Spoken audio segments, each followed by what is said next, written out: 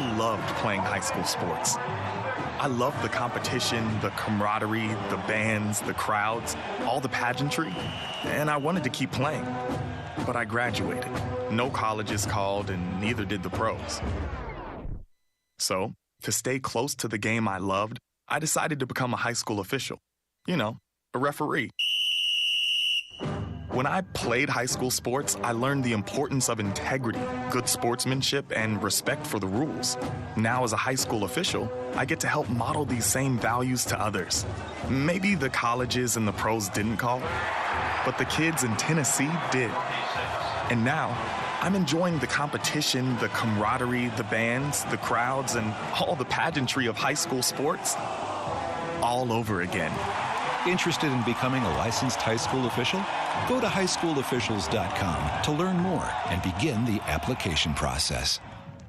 1 in 5 of us is bullied. 1 in 3 of us is overweight or obese. 1 in 5 of us will experience mental distress before we even turn 17.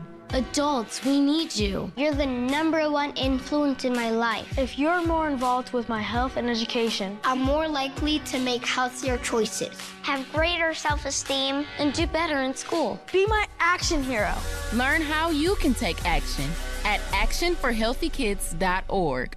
Pass it on. This time of upheaval is causing me to look a little deeper inside myself, looking for some goodness. And this is what I've found. I'm more aware of my neighbor's well-being. I'm saying thanks to those who help keep my life as normal as possible. My mail carrier, my grocery cashier, my delivery person. I find myself caring about others instead of just looking out for myself. And oh, my goodness, does it feel good. Goodness is in you. Pass it on. From PassItOn.com. The all-new Sports 56 Mornings with Greg Gaston and Eli Savoy. Brought to you by Action 24/7, James Gaddis Jewelers and Acura of Memphis. Weekday mornings from 7 to 10 right here on Sports 56 and 98.5 FM. We are Sports 56 WHBQ Memphis and W253DF Memphis, Flynn Broadcasting Stations.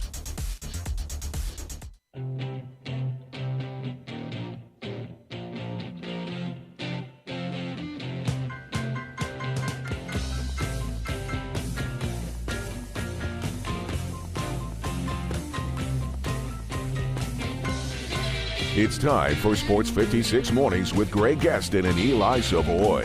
This hour of Sports 56 Mornings is brought to you by Action247.com. Now, here are your hosts, Greg Gaston and Eli Savoy.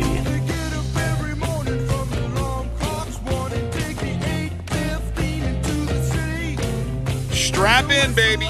Strap in. This is going to be a fun show. It's going to be a busy show. It could be a bumpy ride at times as well. We welcome you into Sports 56 Mornings on this Tuesday, February 8th, 2022.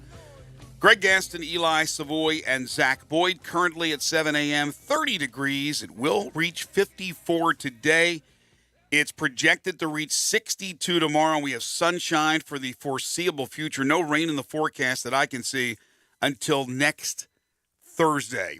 We are in the Family Leisure Studios where family and fun come together. Family Leisure, 2120 Whitten Road, just north of I-40. We, of course, thank Family Leisure for being a part of our program all day long, each and every day. And we also thank Action 24/7. They are the first-hour sponsor of Sports 56 Mornings. So much to get to on the program today. Connor O'Gara, our college football regular at 725. What the heck is going on at Auburn? Is Harsin about to be fired? At 8:05, we got a little something, a special treat for you. We're not able to do the remote at Dinstall's that we do every year for Valentine's Day, which is coming up on Monday. So we're going to have a virtual remote all day long at all their stores. And Becky Dinstall will join us at 8:05 to tell you the bargain you're going to get if you go ahead and order the chocolate-covered strawberries or any of the other great delectables from Dinstall's today. So Becky will join us. Then we'll have our Tuesday Humdinger's Trivia giveaway. If that's not enough, at 8:30, the New York Times bestselling author Gary Myers, who wrote the book Brady versus Manning, he's working now on a New York Giants 1986 championship team book called Brotherhood. We'll talk to Gary about the retirement of Brady. Oh, and then Tom Brady, of course, yesterday saying that you never say never, just in case he were to come out of retirement. So he's leaving the door a little bit ajar. At 9:05, Jeff Crane, University of Memphis Deputy AD, joins us every week, as does Memphis Tigers assistant basketball coach Cody Toppert, who will join us at 9:25. Tigers in action tomorrow. They host Tulane. The Grizzlies tonight with a home game, a rare home game here of late. They will take on the Los Angeles Clippers. Of course, Super Bowl 56 this Sunday. We continue that countdown. We'll have winter game updates throughout the morning at 7:20, at 9:20, and then later at 11:20. Get you up to date with what's happening in Beijing, China. Oh, and we have something else for you. This is fantastic. It was announced yesterday that The Who is coming to FedEx Forum on May 13th. Tickets go on sale on Friday, February 11th, this Friday. And we will be giving away a pair of tickets each and every day this week to The Who. And you still got Pete Townsend, and you still got Roger Daltrey, and you still got that great rock and roll, and I am fired up for that. So that's all coming up on the program today. Did I leave anything out, Eli? Just a packed show today. It is a packed show today. Good morning to everybody out there. Yes, always a fun day with our Dinstall's Day. Now, it's unfortunate that we're not there where we can enjoy some of the delicious chocolates ourselves. Mm-hmm. But nonetheless, we still give you the great deal. Once they get opened up a little bit later on this morning, about 9 or 10 o'clock, and after they'll have operators standing by, and they'll be there at their various locations for you to come on by, get those orders in for the chocolate-covered strawberries, which will launch February 10th for this season. So they launch on Thursday. You'll be able to pick those up over the weekend, anytime. Get those for your Valentine, any of the other great chocolates. And today, they give you 14% off your entire order when you mention Sports 56. So you get a great deal. You want to make sure you get those things ordered today. Save yourself a little money on your Valentine's Day shopping. Again, 14% off at all of their locations today when you mention Sports 56. Yeah, and Becky will give you all the details, but they'll have a special pickup area for all their pre-orders beginning on Thursday. That'll run Thursday through Monday. Again, Valentine's Day is on Monday, so don't forget your sweeties. This is also good news before I go on a rant myself, but congratulations to our very own Matt Dillon, who joins us every Friday for the Tiger Basketball Report. He has been named to the class of 2022 for enshrinement into the Memphis Amateur Sports Hall of Fame. Well-deserved. Matt has been around for a long time, broadcasting Tigers basketball, since the early 70s. So congratulations to our friend Matt, and also congratulations to our great friend Sean McKeel, an old friend of the show, David Gossett.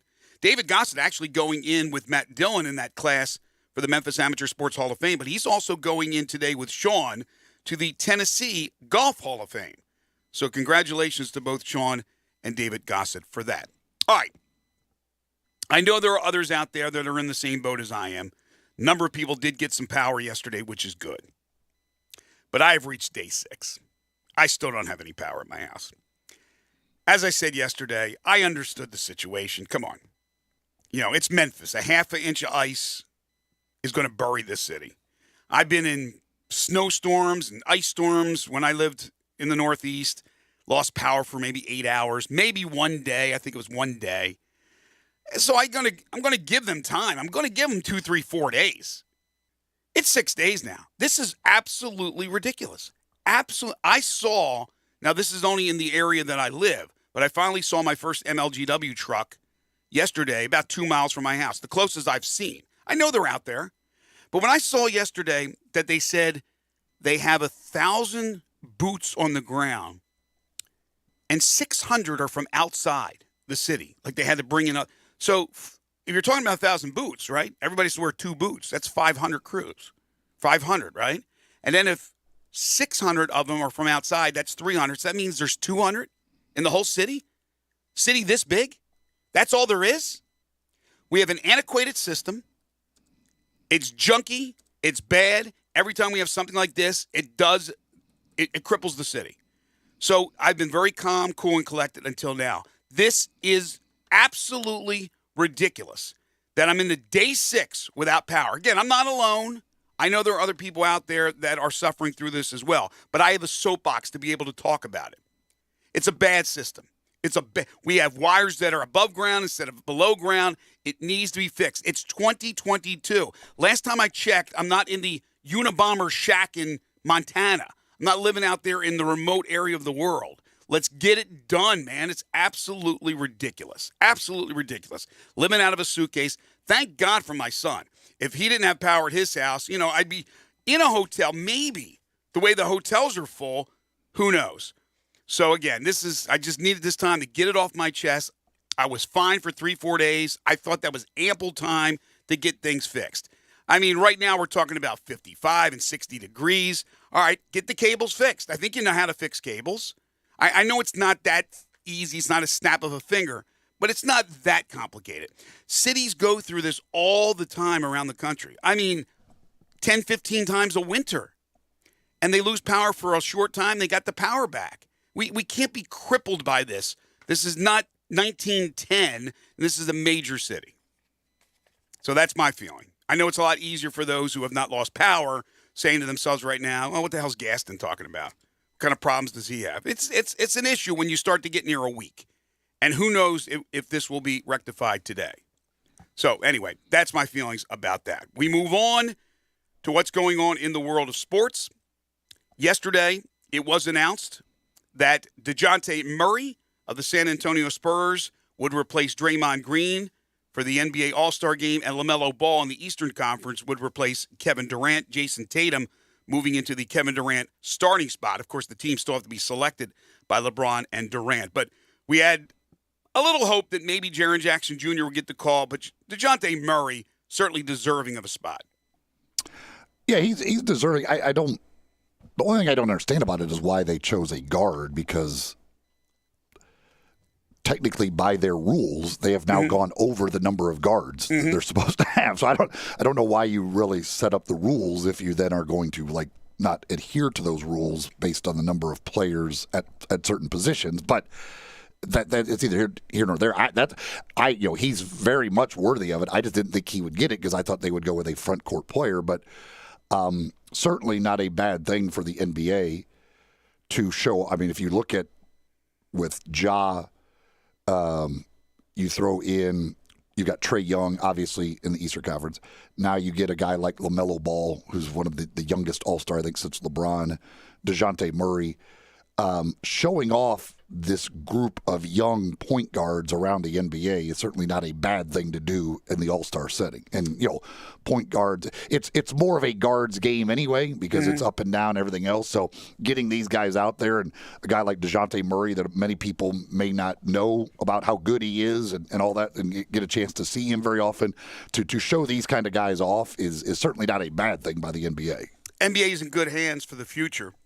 They're always going to be in good hands. There are players right now that are young point guards in this league that either have been a tad disappointing or have been injured this year, or they would be in that mix as well.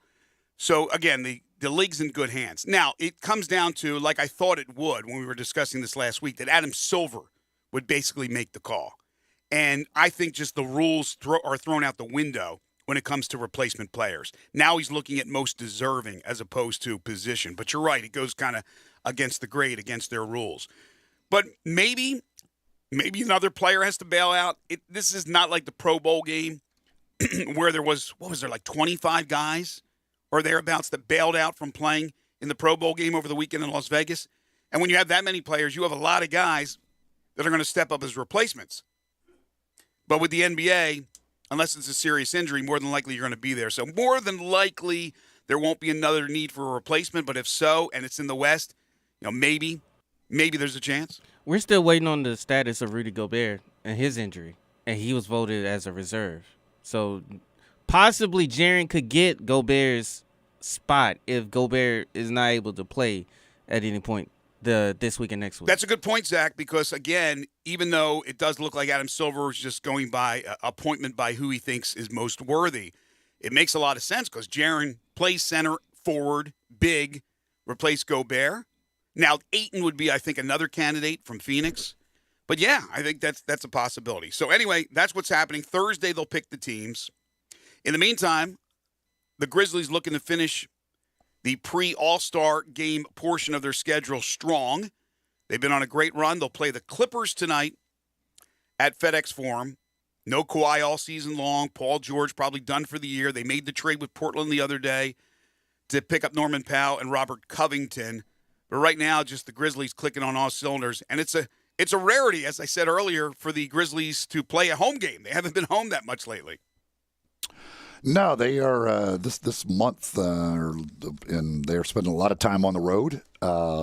It's which normally would be a bad thing, but it's the Grizzlies. It doesn't really matter because they're great on the road. So that doesn't matter where they play. They seem to be playing well. But this is a very road-heavy portion of the schedule. Basically, I mean, really, when you look at the schedule, it's basically about a 2-month stretch where they're almost on the road, it seems like, constantly from middle of January to the middle of March. It's a lot of road games. But like you said, it really doesn't seem to matter to them. They're 18-9 on the road.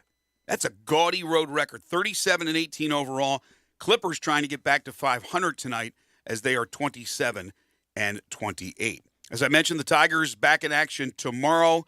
They're getting ready for the biggest stretch of the season. They've unfortunately put themselves into this position where they have to do some damage, and it starts tomorrow night with a, hopefully for them, payback game against Tulane. Yesterday, there were some honors for the Tigers after their easy win over UCF on Saturday. Jalen Duren was named the American Conference Freshman of the Week, third time this season. Had 14 points, 10 rebounds, 2 assists, 2 blocks, and a steal in the win over the Knights. And Josh Minot was named to the American Conference Weekly Honor Roll.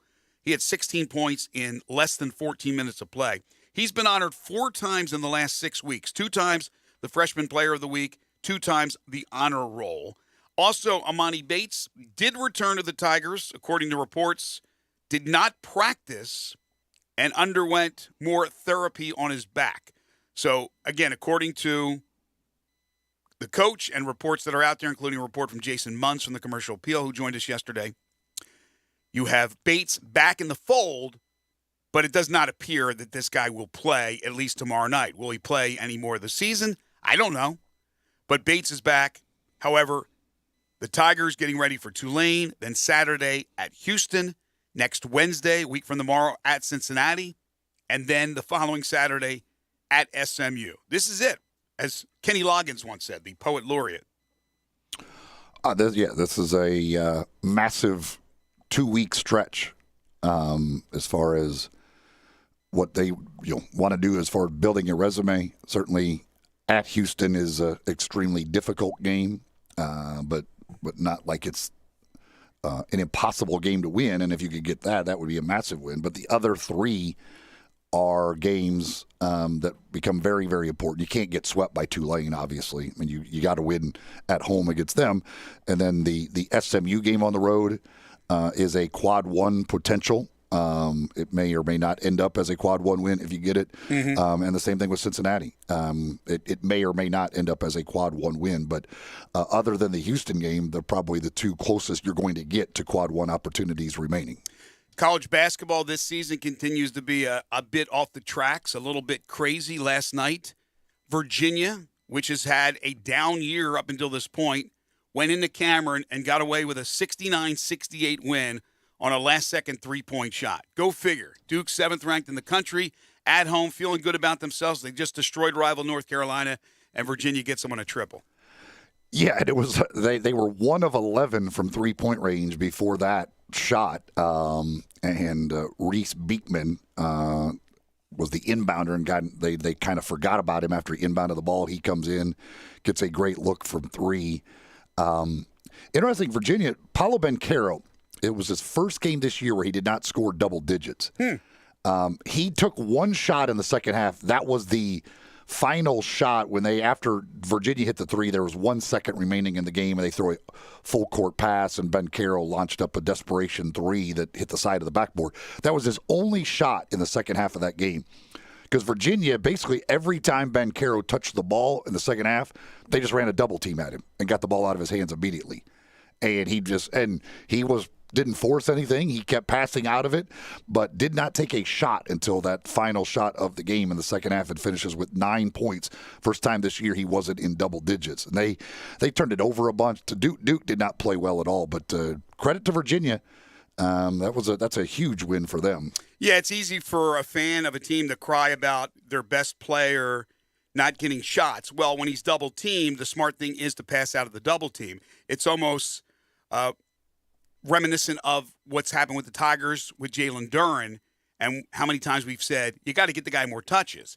And in the case with the Tigers, it's not that he was double teamed a lot. They just did a bad job in getting him those touches he needed. Also last night, Arizona over Arizona State in a rivalry game, very close, and then in the end, Arizona pulls away, wins 91-79. Texas in the Big 12 edges Kansas in a battle of undefeated teams, 79-76. And oh, by the way, the Tigers last night, the beneficiary of the USF win over Temple, which I had in a parlay with Duke. So I lost because of Duke. I had a feeling USF was going to beat Temple. So Memphis is now tied for 4th with Temple. Is that correct? I believe that's correct. And if they beat Tulane tomorrow night, they move into 3rd place. And the top 5 will get buys, first-round buys in the American Conference Tournament. So, again, it's right there for the Tigers. Not necessarily winning these games guarantees them a spot in the tournament, the big dance, but it puts them into a lot better position. Pinnacle Roofing and Restoration for all your roofing and home repair needs. It's a simple call away. Call my friend Brandon McCullough at 901-438-5084. He's the owner of the company, family-owned and operated. They offer financing with many different plans and options to choose from, including a 6, 12, or 18-month same as cash option. They'll work with your insurance company. They'll work out of pocket, whatever it takes. You can go online to find out more about them, as I mentioned, at newroofmemphis.com. They do residential and commercial roofing. So business owners and property managers, if you have a leak or any other roofing problem, of course, homeowners as well, call Brandon today. They'll come out and do a free roof inspection. They're licensed, bonded, and insured, a member of the Better Business Bureau. Get a $100 referral fee for all new roofs. So you tell somebody about Pinnacle. They use Pinnacle to fix their roof. To get the new roof, you get $100 for the referral. 5-year labor warranty on the purchase of a new roof. All their work is satisfaction guaranteed, including carpentry work, exterior painting. They can replace gutters, put up fencing, siding, rotten wood repair. They can do it all. Quality work at a very reasonable price. Pinnacle Roofing and Restoration for all your roofing and home repair needs. Call Brandon McCullough at 901-438-5084 or go online to newroofmemphis.com. We now head to Beijing, China, and a Winter Games update from our friends at Westwood One.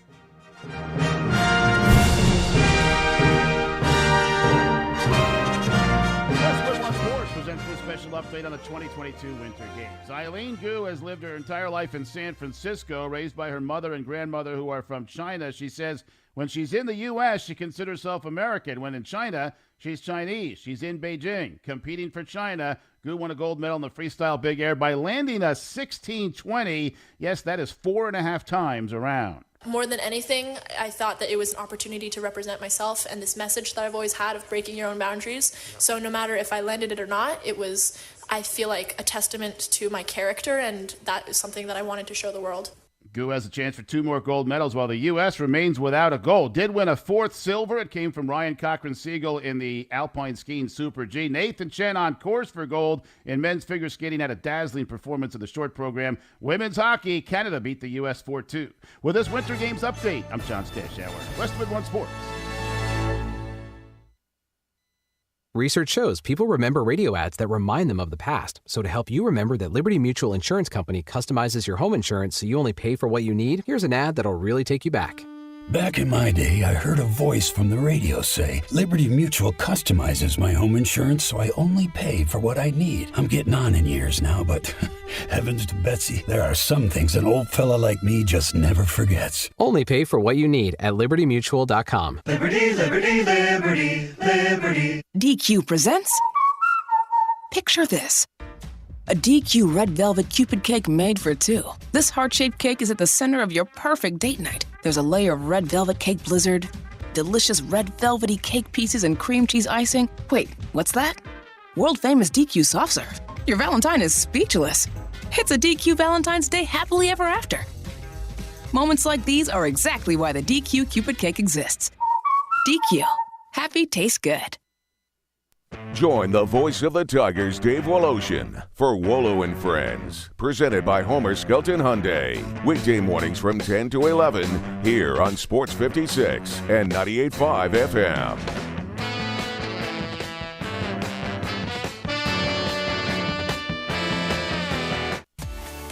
At Jason's Deli, when you're dining in or picking up curbside, you can expect wholesome food and no surprises, just delicious sandwiches, crisp salads, and quick quality meals made with the freshest ingredients and no artificial trans fats, MSG, high fructose corn syrup, or artificial colors and dyes. Around here, a lot of thought goes into what we put into our food and what we take out of it, because you're not just taking a bite, you're getting a taste of who we are. New items are constantly being created to expand our menu for all tastes and special diets with vegan and gluten-free options available. Convenience and on-time delivery you can count on. It's just a click away at jasonsdeli.com, so whether you need to feed 5 people or 5,000, the team at Jason's Deli, they have the credentials and the commitment to keep you satisfied. Freshness is nearby at Jason's Deli with locations at Ridgeway in the Park Place Center, Poplar and Highland, Germantown Road in Cordova, and on Goodman Road in Olive Branch. Jason's Deli. It's wholesome food and no surprises.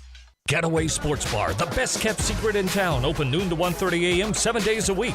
Garvin, the owner, created this SEC NFL Dream Bar over 20 years ago. You'll never miss a minute of action. 10 TVs, 5 70-inch TVs for all the big games. Rack them up on 6 pool tables. Coldest beer in town, grab you a pool stick and get you some good bar grub. 100% Angus burgers, big and moist chicken tenders. Daily happy hour Monday through Friday, 2 to 6 p.m. with long neck domestics, $2.25. Getaway Sports Bar, 4632 Winchester. Memphis fans, your Tigers host Tulane February 9th at FedEx Forum at 7. It's Military First Responders Game.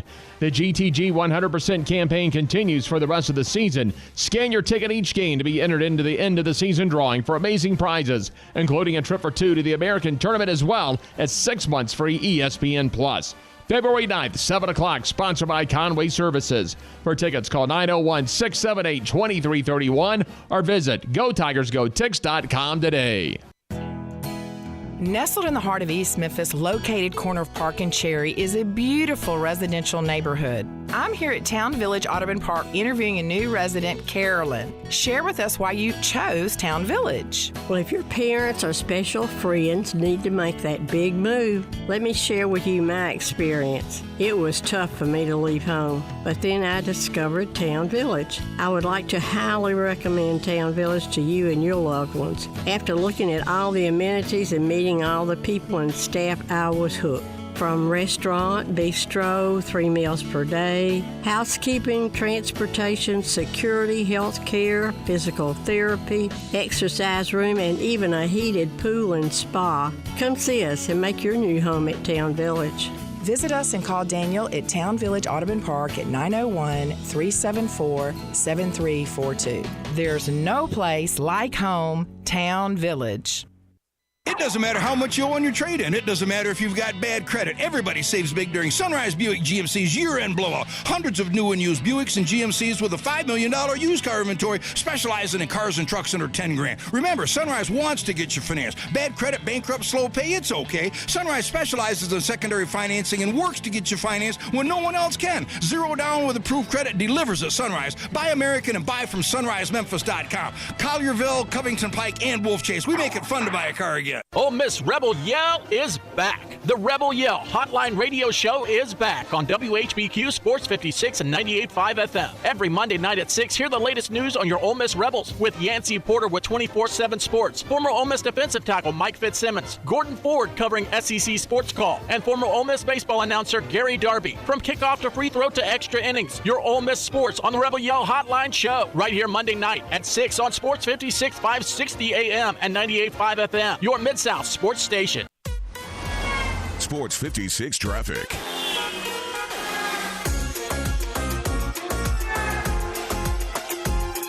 Right now, we're working a crash on Danny Thomas at Union Avenue. That's Danny Thomas at Union Avenue. Also working a crash on Jackson Avenue at Vernon Avenue as well. Other than that, no accidents to report. I mean, we're still dealing with a down power on traffic lights on Mount Moriah at I-240. But other than that, no new accidents, no other accidents or delays to report at this moment. Keep it right here. This is your Sports 56 traffic update.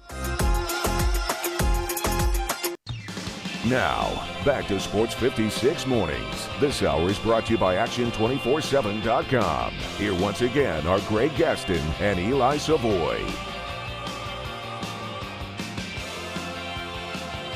Welcome back, everybody. Connor O'Gara joins us in just a moment. 30 degrees here in Memphis at 7:27. It will heat up to about 54 today. My house, unfortunately, won't be heating up much. It will be sunny, though.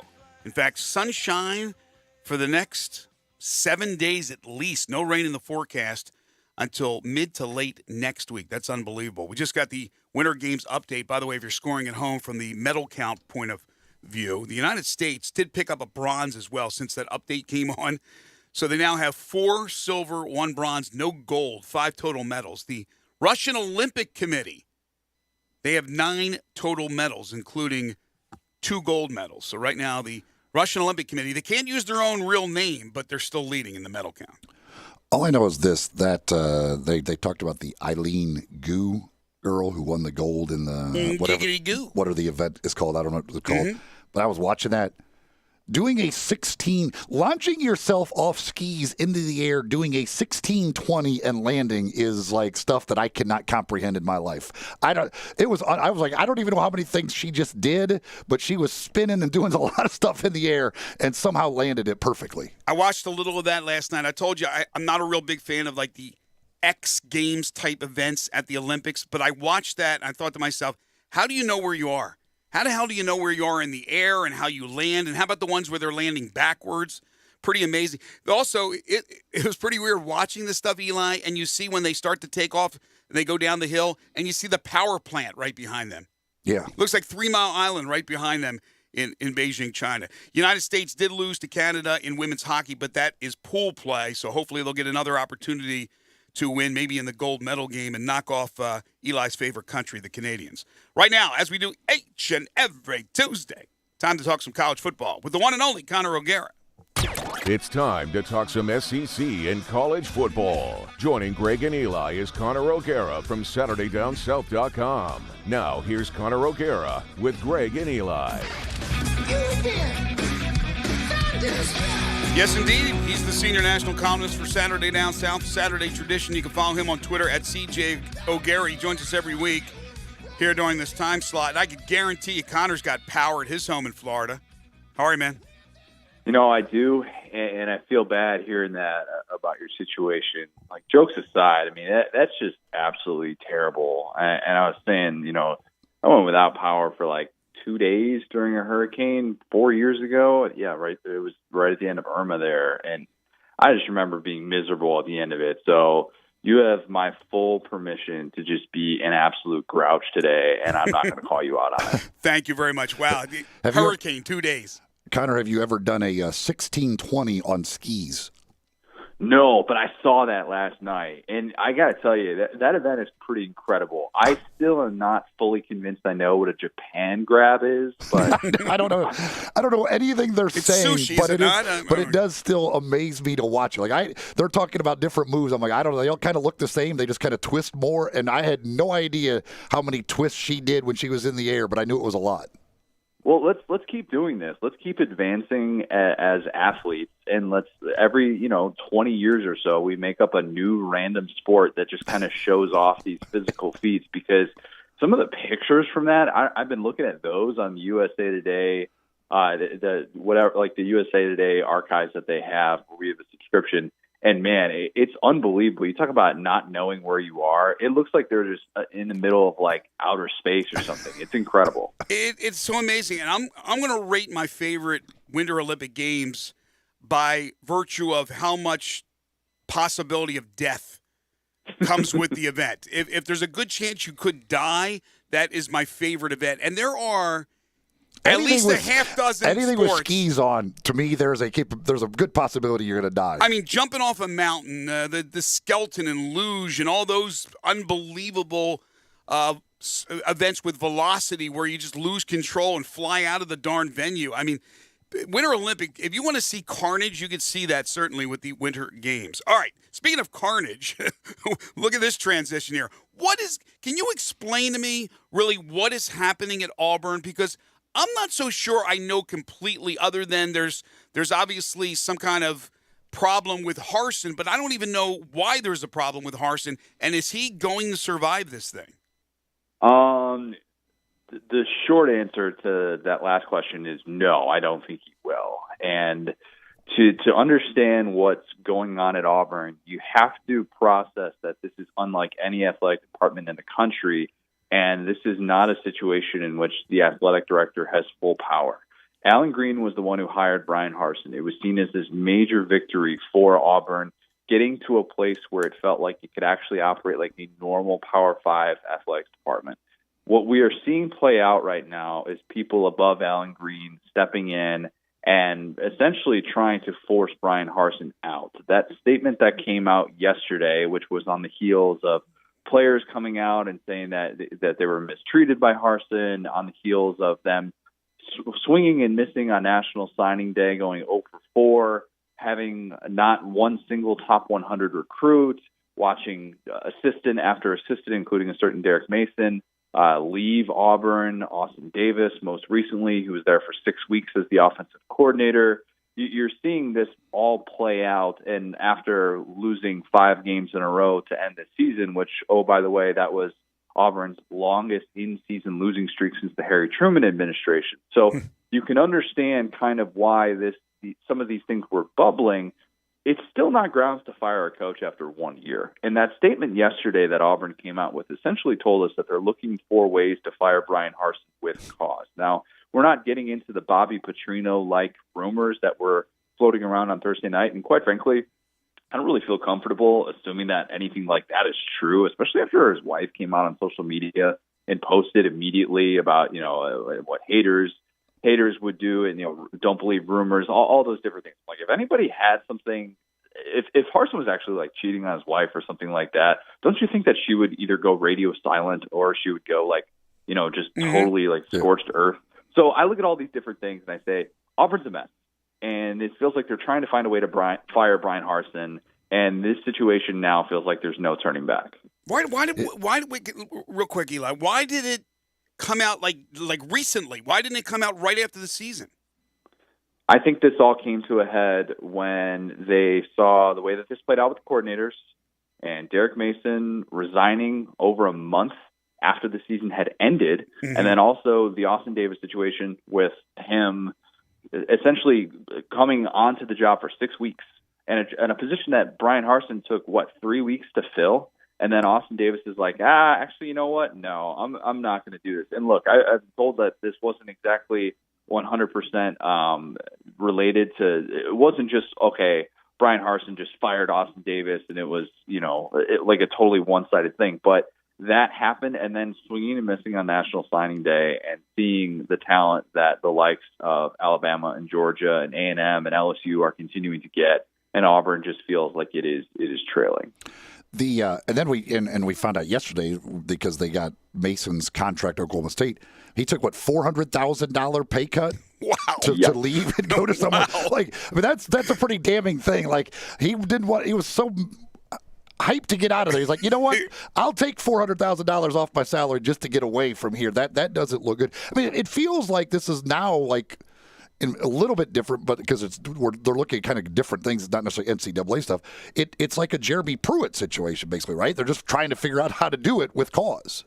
Yeah, it feels like it. And what's been reported, I know ESPN had reported this, that Brian Harsin wasn't one to want to cheat or to use NIL in the recruiting process, and he was adamant about that, and maybe that's part of the reason why there's kind of that struggle, whereas with Pruitt, it was like, oh, hey, we have this story about McDonald's bags full of cash, and there's at least probable cause there, and there was enough people that they could talk to kind of be like, hey, this is what we were doing.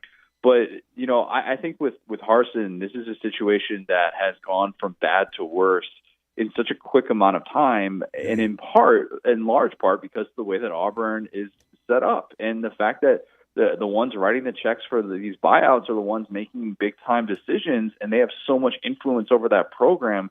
And that's such a difficult dynamic to change. And you really need the right person who can change that. And it's just not as easy as snapping your fingers. As much as we'd all love to say it shouldn't be like that. Yeah, it shouldn't.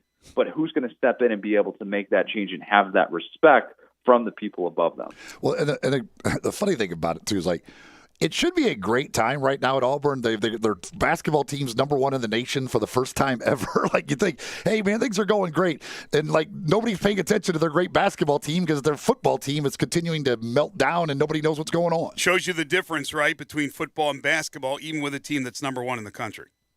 Yeah, and don't forget, too, that Bruce Pearl gets that extension from Allen Green and passes Brian Harsin up as the highest-paid coach in school history at Auburn. So I think that all of these elements are worth remembering here, and it just seems like an offseason that has gone so far against what Brian Harsin was probably hoping for, and the transfer portal stuff, too, and that's what I didn't bring up before, and I should have, but they've lost over 20 players in the transfer portal, and they were only brought in 5.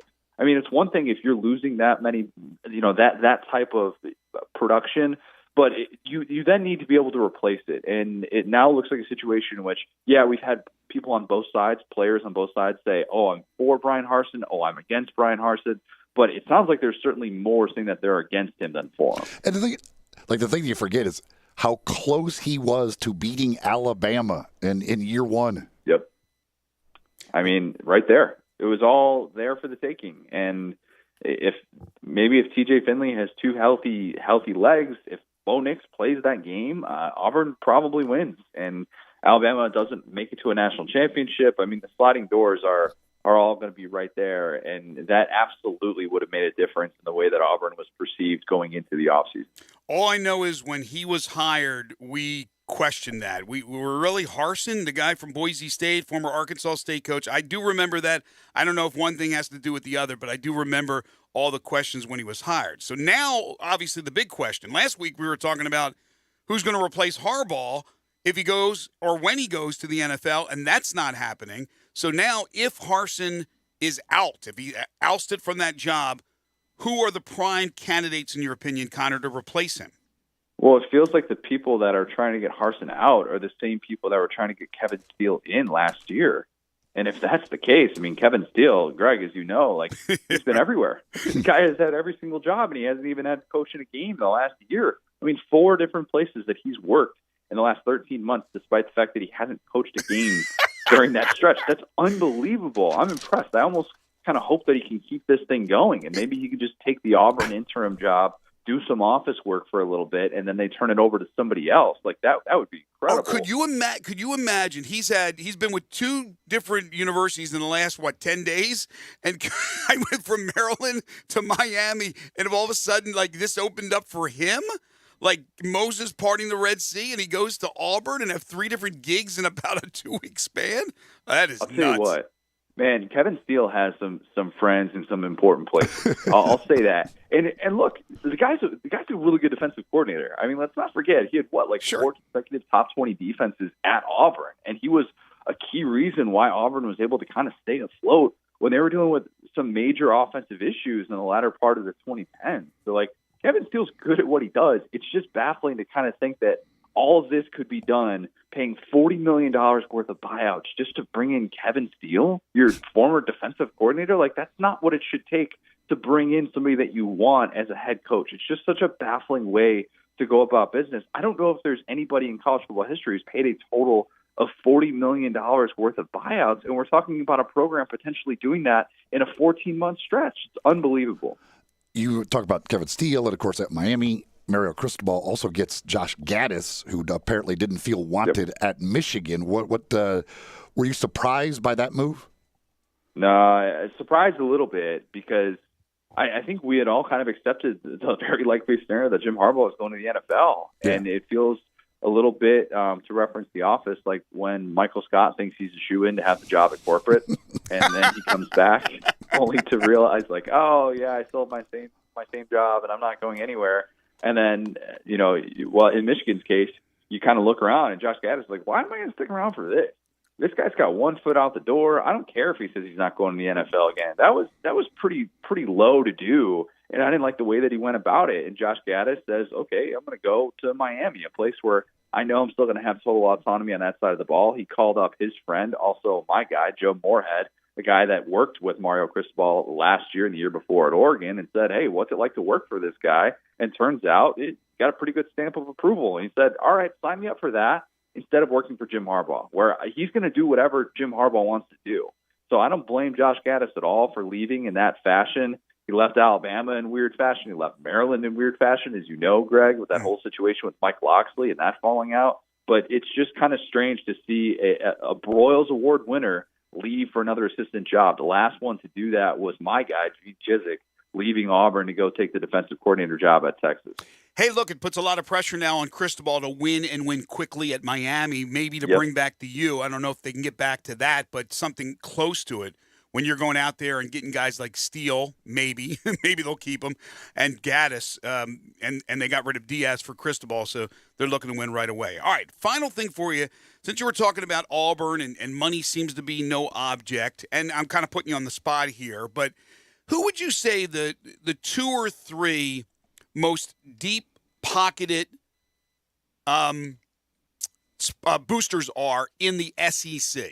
2 or 3. We always hear about these deep-pocketed boosters. Money's no object. Who are those people? It's got to be A&M is one of them. And then if we're allowed to include a new SEC member, I guess Texas would be the other. But is there an individual you know of? Like, we always talked about at Oklahoma State, T. Boone would back them up with the finances, and Phil Knight out there at Oregon. And, who are the guys? Are there some names in the SEC? And again, I'm putting you on the spot here, but are there any, when you, and especially when you talk with your man from ESPN, Feinbaum, I mean, I'm sure he's throwing around names of these boosters to just, control things. No, actually, I don't know that. And to be 100% honest with you, I haven't been around and in those circles enough to be able to learn those and to have those types of connections. But it feels like there are some very powerful people pulling strings right now. I mean, this is the type of stuff that doesn't see the light of day, doesn't make such headway if not for people having major influence. And my question is, if Auburn's willing to pay upwards of $40 million worth of buyouts, and let's TBD on that because obviously they would like to avoid the $18 million buyout after agreeing to 21.5 for Gus. If they're paying that kind of money for buyouts, why don't they just pay that in recruiting?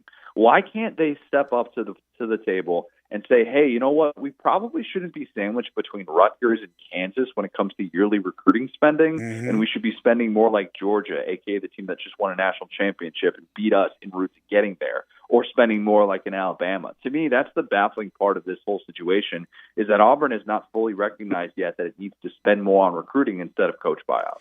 See, that's a really, really good point. I could only answer that by saying that I would bet there are some boosters out there that think they are so powerful, and they are from a financial standpoint, that they'd rather be known as the guy maybe in the background that changed the coach, that brought in a certain coach, rather than their money went to recruiting, even though that's more important really, is to get the Jimmy and Joes and not worry too much about the coach because of obviously the situation they're in with Harsin. They're not always nailing the right decision when it comes to that. But I think you're spot on with that. He is Connor O'Gara. He's the national columnist for Saturday Down South and Saturday Tradition. You can follow him on Twitter. I suggest you do at CJ O'Gara, and catch him every Tuesday right here on Sports 56 Mornings. All right, my friend, have a great week. Thank you as always. We'll talk soon. Sounds good. Appreciate it, guys. Thanks, Connor. The one guy at, and I don't know exactly who wields the most power, all of that stuff, but I know that the Jimmy Rain guy is a name that always comes up around Auburn. He's got more money than you know. Obviously, Jimmy Haslam at Tennessee is one of the biggest. And Haslam. Jerry Jones is one of the bigger guys with Arkansas. Are the Cook brothers, are they involved with the university? Wichita State. Wichita State. Okay, I know Brett. The arena Brett's named after listening. him. No, there you go. If Brett's listening to this, I guarantee he knows all the deep-pocketed boosters in the Southeastern Conference. Auburn's got a few guys. I know Raines is a name that I see come up. I don't know. And I don't know how much he wields versus other guys or whatever. I just know that he's got a bunch of money, and I see his name around when their stuff comes up because he's, I think, like one of the richest guys in the state or something like that. No, when you brought up that name, it triggered. The light bulb went on. And obviously there are multiple people at probably every school, but there might be one that stands out more than the others. And I've never really seen a list. And sometimes it's kept secret, right? You don't always know who those boosters are. There are some boosters that are very vocal about it. They want to be out there in the spotlight. They want people to know it's them. That's the financial backbone of a particular program, particular university. So I'd love to see a list of those type of people. This hour of our program is brought to you by Action 24/7. And this week, they got all kinds of special stuff going on where they're giving away free bets if you make different bets on Super Bowl, on the Super Bowl. Today, if you bet $20 on the team to make the longest field goal, they're going to give you a $10 free bet to use on hockey. That's what they like to do. They got to give away. You make a bet, they'll give you a free bet to use on something else. And they're going to be doing a lot of that this week. You need to follow them on Twitter at TNAction247 to keep up to date with what's going on. Or you can go to their promotions page on their website or on the app and get information on it as well. But every single day, basically, they're going to give you an opportunity to bet on one thing and get a free bet as well to go with that. You can go to Action247.com, download the app to your phone, start betting with the local sportsbook here in Tennessee. Also, don't forget, with your first deposit, they'll match it up to $800. So you can turn an $800 into $1,600 and have plenty of bullets to fire for the big game coming up on Sunday. Use promo code WHBQ100 for that first deposit. All capitals on the WHBQ. And again, they'll match it 100% up to $800 with Action 24/7. All right, when we come back, we're going to give you the topic for tomorrow's 5 favorite things. Also, NFL coaching news, as it looks like all positions that have been open have now been filled. We will give you that information. Then we'll open up hour 2 talking about our remote. It's our virtual remote at Dinstall's. Becky Dinstall will join us. We got Who tickets that were given away today and the rest of this week. Yes, the legendary rock band The Who coming to FedEx Forum May 13th. This is Sports 56 Mornings with Greg and Eli on Real Sports Talk, Sports 56 and 98.5 FM. Broadcasting from the Family Leisure Studio, we are Sports 56 and 98.5 FM. Brian Elder's Roofing Solutions. I'm Brian Elder. There are a lot of ways to ruin your roof. Probably none worse than ice and snow. Google the term ice dam, and you'll understand that standing snow and ice can destroy your home's interior. Call me, 867-0303. Damaged ceilings or interior? It's time to call Brian Elder Roofing, 867-0303. We're a platinum preferred contractor with Owens Corning, so we've been vetted and trained by the best. You've known the name for years. Call me before you call your insurance company. We won't try to sell you a new roof if you don't need one. We'll measure your roof from outer space. Call me, 867-0303 or BrianElderRoofing.com. Call 867-0303. Brian Elder's Roofing Solutions. The NFL season all comes down to this: Super Bowl 56 with the Rams taking on the Bengals. To celebrate, FanDuel Sportsbook is hooking up all customers with a risk-free same-game parlay. New and existing customers can place any same-game parlay of 3 legs or more on the Super Bowl, and if you don't win, FanDuel will refund you. Already have an account? Just place your risk-free same-game parlay before the Super Bowl to qualify. New customers join today with promo code CASH to enjoy 56-1 odds on either team to win the Super Bowl. You can turn a $5 bet into $280 cash. FanDuel, an official sports betting partner of the NFL, must be 21 and older or present in Tennessee. Refund issued as non-withdrawable site credit that expires in 7 days. Max refund $5 unless otherwise specified. Restrictions apply. See terms at sportsbook.fanduel.com. Gambling problem? Call the Tennessee Red Line at 1-800-889-9789. Do you want a greener, more weed-free lawn? And if you're like me, you can't stand the sight of dandelions, clover, or especially crabgrass. Hi, I'm Brandon Hawley, president of Lawn Solutions. We are your locally owned and operated weed control and fertilization company. We are also experts in disease and insect control on your lawn and landscape. Our uniformed technicians are full-time, year-round licensed and certified by the state of Tennessee. Lawn Solutions' personalized service is far more superior to that of national companies that promise but simply cannot deliver. We return phone calls, we keep appointments, and we want your business. What we will not do is bother you with endless phone calls or junk mail. Lawn Solutions will not sell you something your lawn doesn't need. If you're looking for a local lawn care company to kill your weeds and feed your grass, then Lawn Solutions is the finest. Call us at 867-5626. That's 867-5626. Or go online at LawnSolutionsInc.net. From our family to yours, we want to thank you for your business. I'm Gary York. I'm the service director at Lexus of Memphis. Our service department wants to be more than just a place where you get your oil changed. We do glass repair, windshield replacement, recalibration of your camera and sonar systems, even wheel repair, tire replacement, all the things you would expect from a luxury automotive dealer. Please check out our website. You can schedule your appointment, check out our specials, hours of operation, or if you'd like to do it in person, please reach out to one of our associates at 901-271-5199.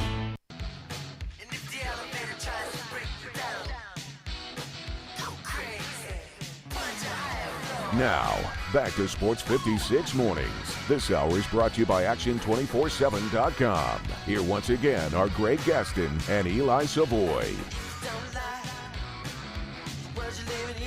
Our buddy Dane Bradshaw from the SEC Network, he'll be joining us on the program on Thursday. He's got a great one to call tonight. Arkansas and number 1 Auburn from Bud Walton Arena. Razorbacks have won 7 or 8 straight.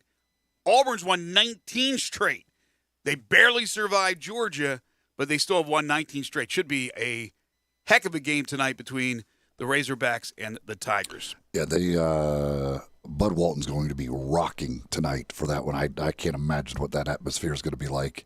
Illinois is at Purdue tonight. A huge game in the Big Ten as well. So there's some good college basketball tonight.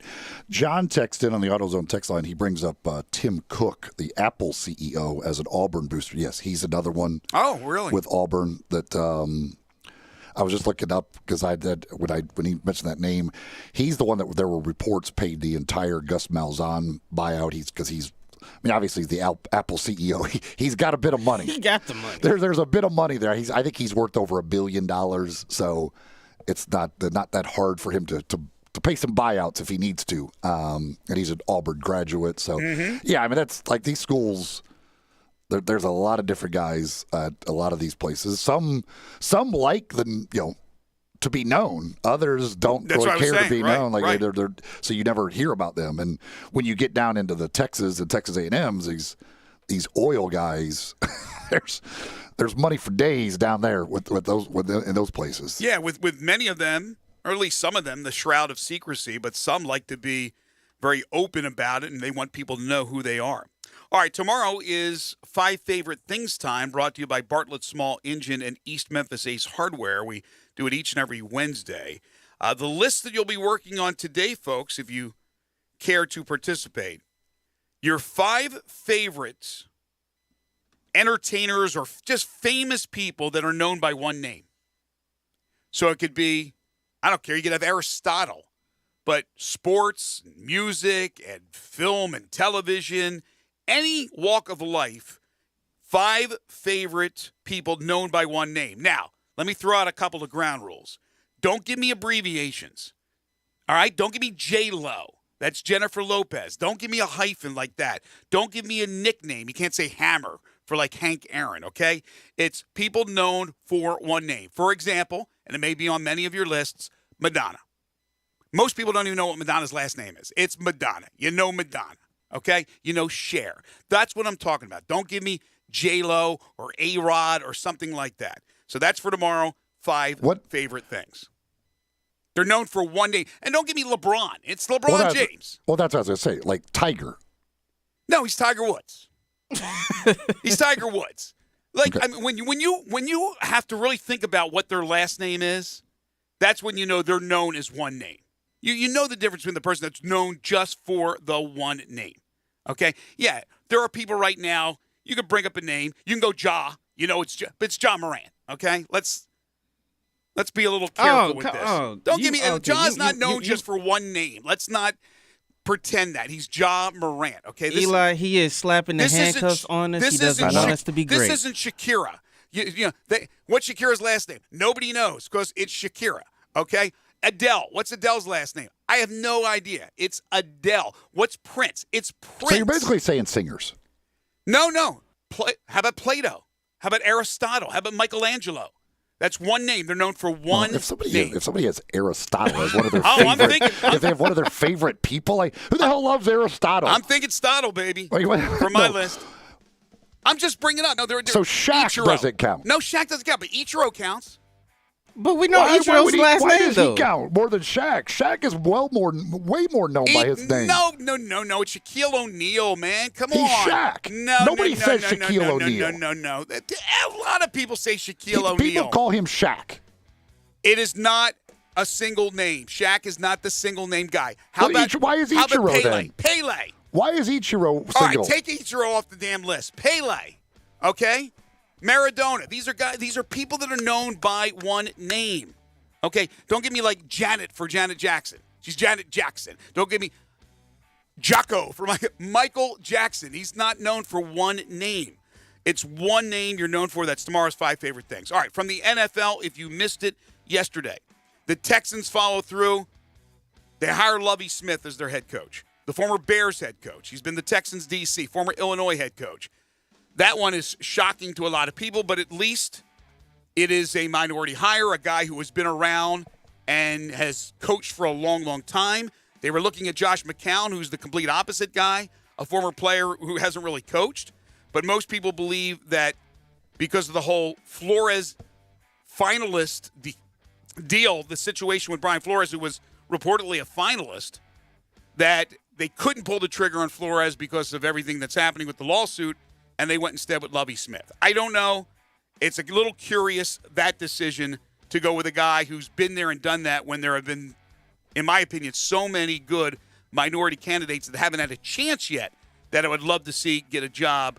But Lovie Smith is a veteran. He's going to get another opportunity. Also, the Saints are going to follow through and hire a guy who's very popular within the organization. They're going to elevate their DC, Dennis Allen.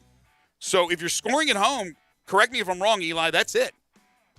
Right? Kevin O'Connell is expected to get the Minnesota job once the Super Bowl's over, the Rams OC. And I think all the other jobs are filled. Yep, I believe so. All right. So there you go. That's your NFL coaching carousel update. When we come back, boy, we're going to be busy in hour number 2. We're going to talk to Becky Dinstall from Dinstall's. Get ready for Valentine's Day on Monday. We got a virtual remote going on today. For all you Sports 56 listeners out there, great discounts. We still have the Humdingers Trivia. Give you a chance to win a gift certificate to Humdingers. We have Who tickets we're giving away. We'll be joined by New York Times bestselling author Gary Myers at 8:30. Jeff Crane from the University of Memphis at 9:05, and Memphis Tigers assistant basketball coach Cody Toppert at 9:25, plus another Winter Games update. That'll come your way at 9:20. This is Sports 56 Mornings with Greg and Eli on Real Sports Talk, Sports 56 and 98.5 FM.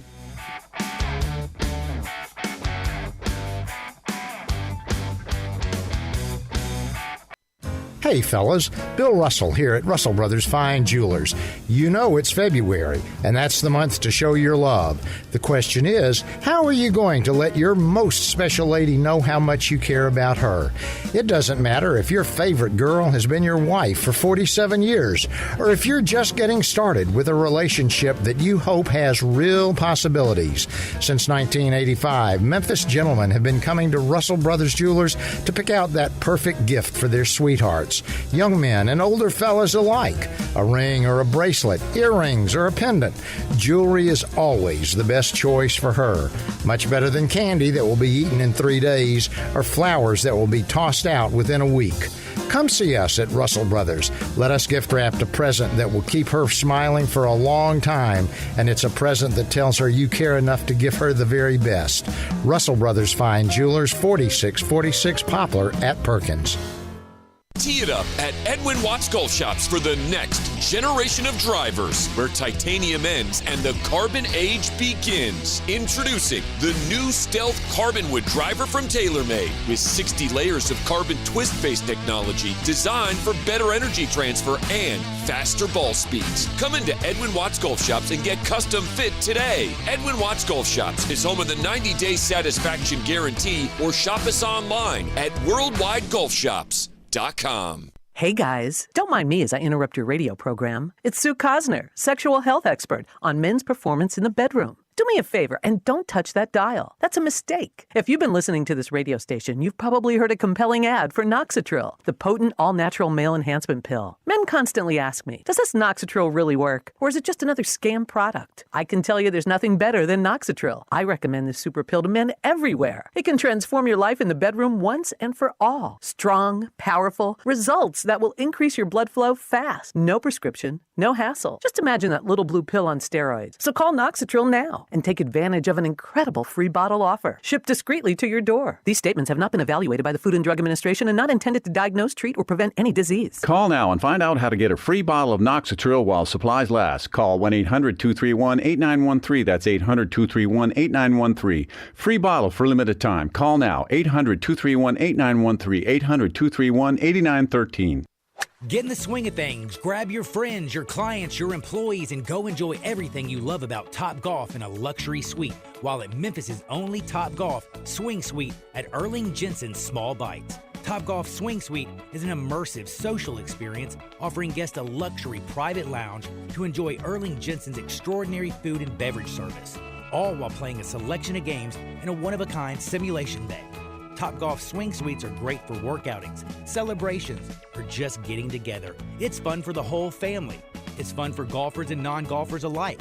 They have more than just golf. They have soccer, baseball, zombie dodgeball, football, and more. Located at 5069 Sanderlin, adjacent to the Doubletree East Memphis. Check us out at swingsuitememphis.com or call us at 901-58-SWING. Again, that's 901-58-SWING at Memphis' only Topgolf Swing Suite at Erling Jensen's Small Bites. Book your suite today. Remember the last time your family visited the forest? It's a place of wonder and imagination for the whole family, where stories come to life. And it's closer than you think. Ready to plan your next visit? Make the forest part of your story today at a local park near you, or find one at discovertheforest.org. Brought to you by the United States Forest Service and the Ad Council. We are Sports 56 WHBQ Memphis and W253DF Memphis, Flynn Broadcasting Stations. Sports 56 traffic.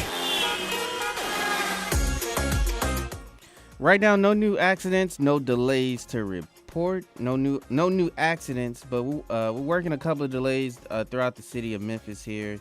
Working delays over by Bill Morris Parkway between Riverdale and Winchester. Working a little bit of a delay over there, but other than that, we are clear so far as we're repairing broken limbs and repairing power lines today.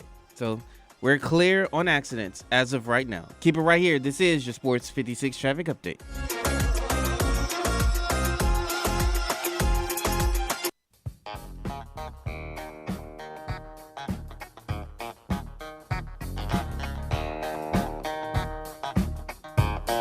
Now, back to Sports 56 Mornings. This hour is brought to you by James Gaddis Jewelers. Here once again are Greg Gaston and Eli Savoy. Welcome back. Hour number 2 here on Sports 56 Mornings, the Tuesday, February 8th, 2022 edition. Greg Gaston, Eli Savoy, and Zach Boyd. 33 degrees under sunshine. It'll get up to about 54 today. Should be a nice day. And perhaps today will be the day that I get my power back. At least they have power in a very important place, and that's at Dinstall's, where they make the finest chocolates and candies anywhere. And we are so lucky each and every year. We have Dinstall's, of course, as one of our great sponsors, and we're usually doing remotes at Dinstall's. We go over to Pleasant View where they make the candies there, and so many people show up, and it's a fun time. And, unfortunately, we're still in a tough situation here with COVID. We're getting closer, but we're not yet over it. But today we got a really cool thing that Becky Dinstall and everybody has set up, and it's a virtual remote that we're doing for all our great Sports 56 listeners. So without further ado, let's bring on our good friend Becky Dinstall. Of course, Dinstall's has been saying I love you for over 120 years, and we say good morning, Becky. Good morning. How are you? Doing fantastic. Like I said, I'm glad you guys have power because a Valentine's Day without Dinstall's chocolates or those delicious chocolate-covered strawberries would be awful. As bad as me not having power for 6 straight days. But we have a fun day. We're making the best of the situation. Unfortunately, we can't be there. But as I said, we got a virtual remote going on all day from 10 a.m. until 6. So give everybody the details. Well, we're very excited. This is the big week at Dinstall's where we launched the chocolate-covered strawberry season. And today, for all the listeners for Sports 56, from now through 6 o'clock, we are offering a special discount on your orders. If you call in to place your orders for pickup this coming weekend, or if you want to come by the store, you will get 14% off your purchase. And that's huge for right now. And it's only available today just for Sports 56. And that's at all of the locations, correct? That is correct. In fact, we're actually opening the phones at 9 o'clock for everybody, so you can call and get your orders in early. And, now we've set up special pickup areas in the store so you don't have to wait in line with everybody else. You can come right in. You have pre-ordered your strawberries or whatever. Maybe it's your Valentine box. We'll have it ready. You can pick it up and head out the door. That way, we will expedite your visit. So there's a definite advantage for ordering in advance, getting it all taken care of, because it makes it very easy to just swing on by and pick it up and be on your way. That's right. And at Pleasant View, we actually have a special door that you come in for your pickup. So we've tried to make it quick and easy for everybody because we know everybody's in a hurry. They want to get in, get out. So we're trying to make this easy. But, this year, not only do we have the chocolate-covered strawberries, we also have as well the chocolate-covered grapes and pineapple, or we have all the beautiful array of heart boxes. And to clarify for everybody, it's not just chocolate-covered strawberries or the other chocolate-covered fruits. It's anything that you purchase today at Dinstall's. You tell them you heard it here on Sports 56, and you're getting 14% off, correct? That is right, your entire purchase of whatever you choose today. And we've worked very hard during January to get everything ramped up. We sold out just about for Christmas, so everything is fresh. It's just been made, and we are ready for Valentine's. The Valentine's boxes range from, I always get a kick out of this, from 3 ounces to 7 pounds, which is right up Eli's alley. Perfect for him. So there's a box to fit everyone's wallet, as we always say. Plus, you can have them specially made. It's not just what you guys have put together, which you have put great assortments together, but you can go ahead and pick and choose, correct? That is right. We pre-pack turtleette, assorted chocolates, nuts, chewies, and crunchies, all creams, the chocolate-covered cherries. But your Valentine may prefer, all orange creams. Well, we will pack that for you in a heart box. Or you can also have it packed in one of our regular gold boxes, and we'll gift wrap it for you. So we're going to make sure that you find just the right thing for your sweetheart this year. You mentioned that the phones will be available. People can order by phone starting at 9 o'clock. What time do these stores open? The stores open at 10, except downtown, and they'll be open at 11. And everybody's open till 6 tonight. So we are so excited to either welcome you in or take your phone call, whatever's most appropriate or most convenient for you. And, we're at Laurelwood, Germantown, Collierville, Pleasant View, and downtown. And so there's a location near some. There's got to be a location near you. Pretty much anywhere in the city, you got a location nearby. Hopefully so, yes. Well, I actually was at the Orphan the other night, and I walked by for the first time. I had not seen the downtown Dinstall store, and that was the first time I saw that. So I think I've been in certainly every other one, many more than once, but probably one time in now Laurelwood is my home. That's my home base now, but Pleasant View, of course, where we do the remotes. And I've been, I think, to every other one, but that's the first one, first time I saw the one downtown. You could also have these great chocolates and candies shipped anywhere in the country, correct? That's right. And now for strawberries, we will be shipping them on Thursday night. They will arrive on Friday morning. So those have to go overnight because the strawberries are so perishable, they won't stand a long term in the shipping. So everything is shipped Thursday night for arrival on Friday.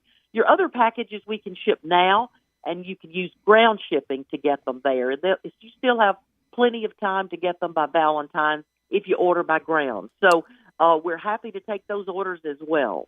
And for the if you're picking up the strawberries, is it you could pick those up any day? What, Friday, Saturday, Sunday, Monday? That is correct. Thursday, Friday, Saturday, Thursday, Monday. Friday, Saturday, Sunday, Monday. Yep. Yeah. So you We're dipping you just all pick the 5 day. days. Yes, you pick the day that you want them, and we'll be dipping fresh every day. Now, if you're not going to be giving the strawberries until Monday, then we recommend you pick them up closer to Monday if possible. By the way, can you, since we're not there enjoying these delectables, can you dash us some chocolate covered pretzels and chocolate turtlettes? Just go ahead. You read my mind. Go ahead and send them over because I will eat a million of them. It is a pleasure to go over there, folks. If you have not been there, you are missing out. Again, Dinstall's they've been doing this for 120 years. The best chocolates, the best candies, of course, these chocolate-covered strawberries, which are to die for. And as Becky said, again, today it's a virtual remote from 10 to 6, but the phones open. You can begin calling in at 9 a.m., right? 9 a.m. Put your order in. You get 14% off your entire order if you order today and only today. Mention Sports 56. If you stop by any of their stores, that's the same deal. So call in or stop by. Take advantage of that great discount and make sure your sweetie has something sweet for Valentine's Day. Becky, it's always great. Your anybody's Valentine's Day is always elevated to another level with Dinstall's fine candies and chocolates. Thank you so much, and thank you for all your support at Sports 56. Thanks, guys. Have a great day. You as well. Thanks, Happy Becky. Valentine's Day. Thank you, Becky. Bye-bye. Again, don't forget to mention Sports 56 to get that 14% off. Again, that's off your entire order. So you buying a lot of stuff for the entire family, you can save a lot of money. 14% off that entire order over there at Dinstall's at any one of their locations. Take full advantage of that. Time now. As I'm hungry, starting to think about chocolate. Now we'll get even more hungry talking about Humdingers because it's time for Humdingers Trivia. Your opportunity to win a $25 gift certificate to Humdingers over at Poplar and Massey is where you will find them. That's where you're going to enjoy delicious food like their great grilled fish options that they've got. So many different options for you with some great toppings and great sides as well. Plus the crispy fish and chips. They've got sandwiches. They've got salads. They've got so much to choose from. And, of course, it's Tuesday. That means it's Taco Tuesday. That means their chicken and fish tacos, just $2 each all day long. They do that each and every Tuesday over at Humdingers. And if you are the first to answer today's question correctly, well, you'll get a $25 gift certificate to Humdingers. You can answer via text on the AutoZone listener line, 901-360-8255, 901-360-8255. Text in your answer, and again, the first correct answer will get the $25 gift certificate to Humdingers. Here is today's question.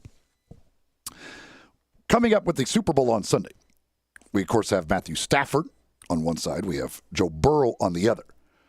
Whichever team wins, either Georgia or LSU will be claiming their first quarterback product to win a Super Bowl.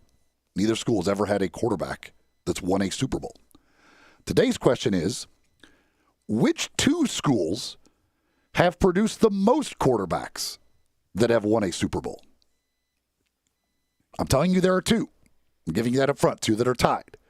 Which two schools, which two colleges, universities, have produced the most quarterbacks who have won a Super Bowl as a starting quarterback? 901-360-8255. 901-360-8255. Text in your answers on the AutoZone listener line, and the first correct answer will win a $25 gift certificate to Humdingers. This is not an easy one. I will tell you that. This is not easy. I found this very interesting when I looked it up, as a matter of fact. Which two schools have produced the most quarterbacks who have won a Super Bowl as a starting quarterback? So how many opportunities? And by the way, this is not total number of Super Bowl wins. It's the quarterbacks who have won. If a quarterback won 7 Super Bowls, It's that's only one quarterback. Right. Yeah. Right. So Brady, Michigan, it's all his Super Bowl wins counts as one. All right, so how many quarterbacks from LSU and Georgia in Super Bowl history have had an opportunity, have been a starting quarterback in the Super Bowl. Do you know that number by any chance? I do not. I don't, off the top of my head, I don't know that they've had anybody. I don't know, Zach, if you can look that up, if you can even find a list like that. I know that's, something that right off the top of my head. I don't believe either. I don't know that either one's ever had it. They never had one? I'm trying to think. Georgia, probably not, right? And with LSU, and Burt Jones never played in a Super Bowl. I'd have to think about that one too. That's crazy though. You think about that. It's kind of hard. Good question. Good question. It's an interesting question, and I won't give any further hints, but it's interesting because of some of the timing of it as well. Well, obviously one quarterback has dominated the last 15, 20 years. So that there was one school that dominated that. Well, I know right off the bat of one school that's had multiple, so it might be it. But anyway, so you're going to have one with Stafford or Burrow. And I was looking at the MVP odds for Super Bowl 56, and the quarterbacks are always going to be the lowest odds, I mean the best chance, I guess, to win the MVP. Right now, Joe Burrow is the most popular bet because you're getting plus 225 for Burrow. Stafford is the favorite, though, at plus 135. After that, if you want to go non-quarterback, and I'd like to look that up too, how many quarterbacks have won the Super Bowl MVP as compared to other positions. But you get some pretty good odds after those two quarterbacks.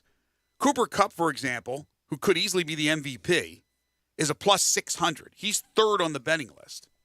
Then you go down to, if you want to take a defensive player like Aaron Donald, plus 1,200. Jamar Chase seems like a decent play, right? Plus 1,600. Odell Beckham Jr., plus 2,500. I will have money on Aaron Donald. I will guarantee that. It's worth a shot, right? Because you know how many times Burrow got sacked in this postseason. Was it the championship game or the divisional round? He got sacked like 8 times. The Titans sacked him 9 times. The Titans sacked him 9 times. So the offensive line has been questionable, yet they're in the Super Bowl, and now you're going up against Donald. Now, will they do things to try to double up Donald, and that gives Von Miller free reign? You know, is he a guy? Let me see what you can get for Von Miller, who has won a Super Bowl MVP. He's plus 5,000. Plus 5,000. You got a guy like Joe Mixon, who's going to get a lot of touches, plus 3,500. Cam Akers is plus 3,000. Sony Michel, who could break a big run or two and maybe get a game-winning touch, he's plus 8,000. So you can get some pretty darn good numbers after Stafford and Burrow, although nothing to sneeze at if you took Joey B and got yourself plus 225. We do have a correct answer. Already? We've actually got a lot of folks who have come with the correct answer. Man, that's quick. I haven't even had a chance to think about it to even have a guess this quick. Good job. I'm going to go with LSU. Well, I just told you that. No, I don't even it's think not anybody's- LSU. I just, No, that's I the just whole told point you of the that question. this week, if LSU one of the schools who wins is going to be their first The one. first time. That's why I asked you whether or not an LSU quarterback in the past or a Georgia quarterback in the past has had a chance to win a Super Bowl as a starting quarterback. Fran Tarkenton, by the here's way, the thing. Georgia. Like, are you just talking about quarterbacks or quarterbacks that have started and played in the Super Bowl? He's talking about Did you listen to the question? Listen to the question. I did. I thought I did. That's what I'm trying to get clarification on. The question was, which two schools have produced the most quarterbacks who have gone on to win a Super Bowl as a starting quarterback? Okay. And what he's saying is this will be the first time for either LSU or Georgia to produce a starting quarterback to win the Super Bowl. And somebody texted Fran Tarkenton from Georgia. Did have many chances. He had three chances, right? The one, I think it was Joe Kapp started the one, and Tarkenton started 3. So that's a good one. I forgot about Fran Tarkenton in Georgia. So he had 3 opportunities. Let Good me one see there. here. I'm making sure we don't have a tie. No, we do not have a tie. There is one that got theirs in first. All right. Okay. So what's the answer? What's your guess? Oh, I got to think about it now. I mean, I didn't even have a chance. It was so quick from the fine folks out there. Ah, gosh. I will tell you this. Each has produced 3. Oh, gosh.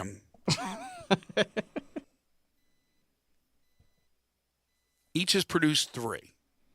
All right, let's think about this. And I will also tell you, most of them are old. Okay, so how about one of the schools you got to go way back, I mean, for all 3 of them. Really?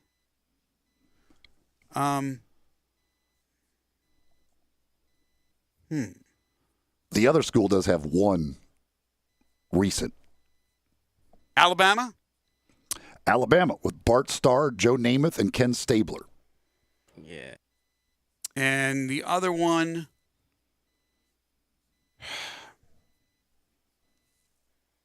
I don't know the other one. I bet if I ask Jerry Palm this question tomorrow, he'll know the answer. Purdue? Purdue. Purdue? Really? Purdue? Len Dawson, Bob Greasy, and Drew Brees. Oh, gosh. Yeah. I didn't know. I couldn't remember where Len Dawson went to school. And then for some reason, I was thinking Michigan. I was thinking Bob Greasy, but that was Brian Greasy who went to Michigan. Bob went to Purdue. That's a good one. Purdue. Alabama makes a lot of sense when you think about Namath, of course, and Super Bowl III, the prediction and all that. But, wow, Purdue. That's a good one. Good job by our listeners out there. That was quick. Alabama and Purdue, the correct answers. Again, a lot of folks did get it. There was one who was first. We will be contacting that winner and letting them know how you're going to get your prize. Doesn't Alabama get the knock on the quarterbacks over the years, right?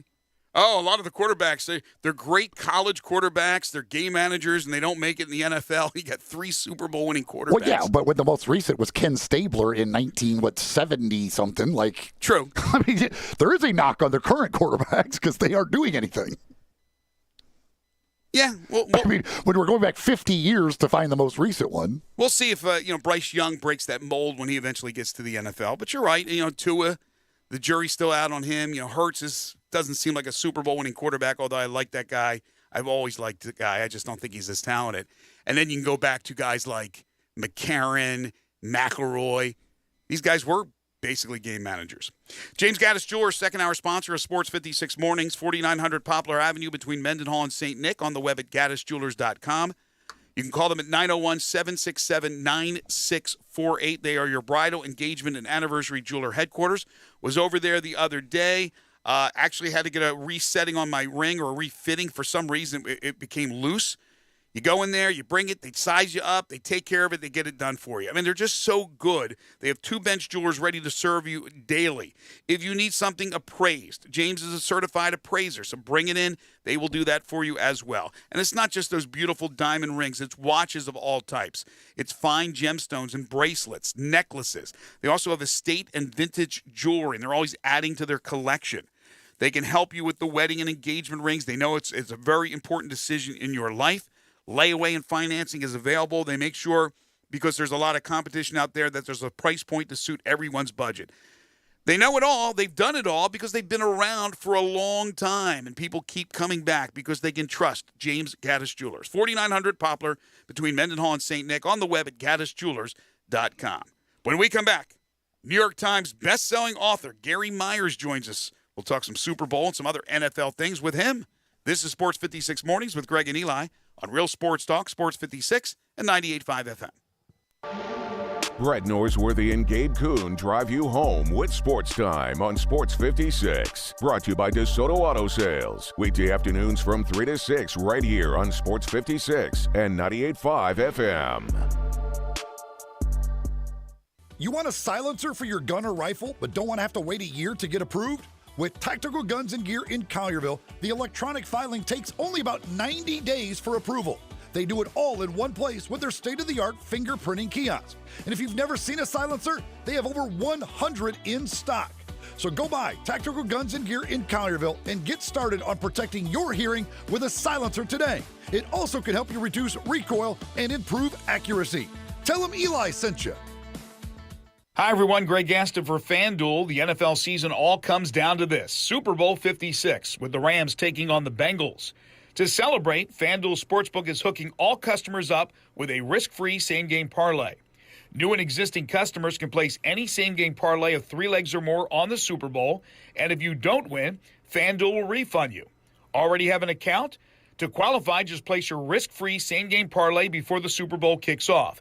New customers, join today with promo code GASMAN to enjoy 56-1 odds on either team to win the Super Bowl. You can turn a $5 bet into $280 in cash.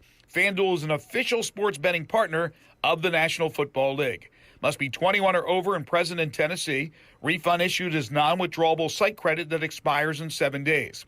Max refund is $5. Unless otherwise specified, restrictions apply.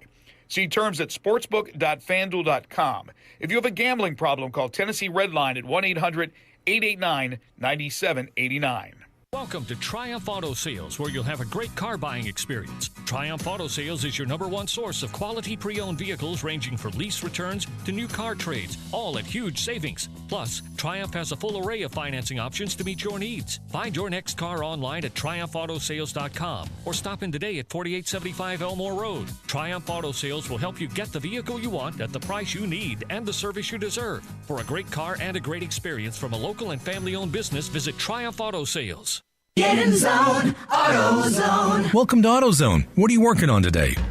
Sure thing. We can help you replace those wipers. If yours are squeaking or streaking, it's probably time. We've got a wide selection of wipers that can stand up to any weather, including the right ones for your make and model. We've even got more ways to get them fast, like our next day delivery or free same-day store pickup. Getting the job done just got easier. Restrictions apply. Get in zone, AutoZone. Do you know one of the best things you can do for your employees or family's health? Provide Arctic Clear bottled water. Arctic Clear bottled water is your locally owned and operated bottled water provider. Arctic Clear is 100% natural spring water with free delivery and setup, dependable service, and no long-term contracts. What an easy choice. Call Jeff Manus today, 901-382-2363, or visit arctic-clear.com. Arctic Clear bottled water. Call now, 382-2363. That's 382-2363.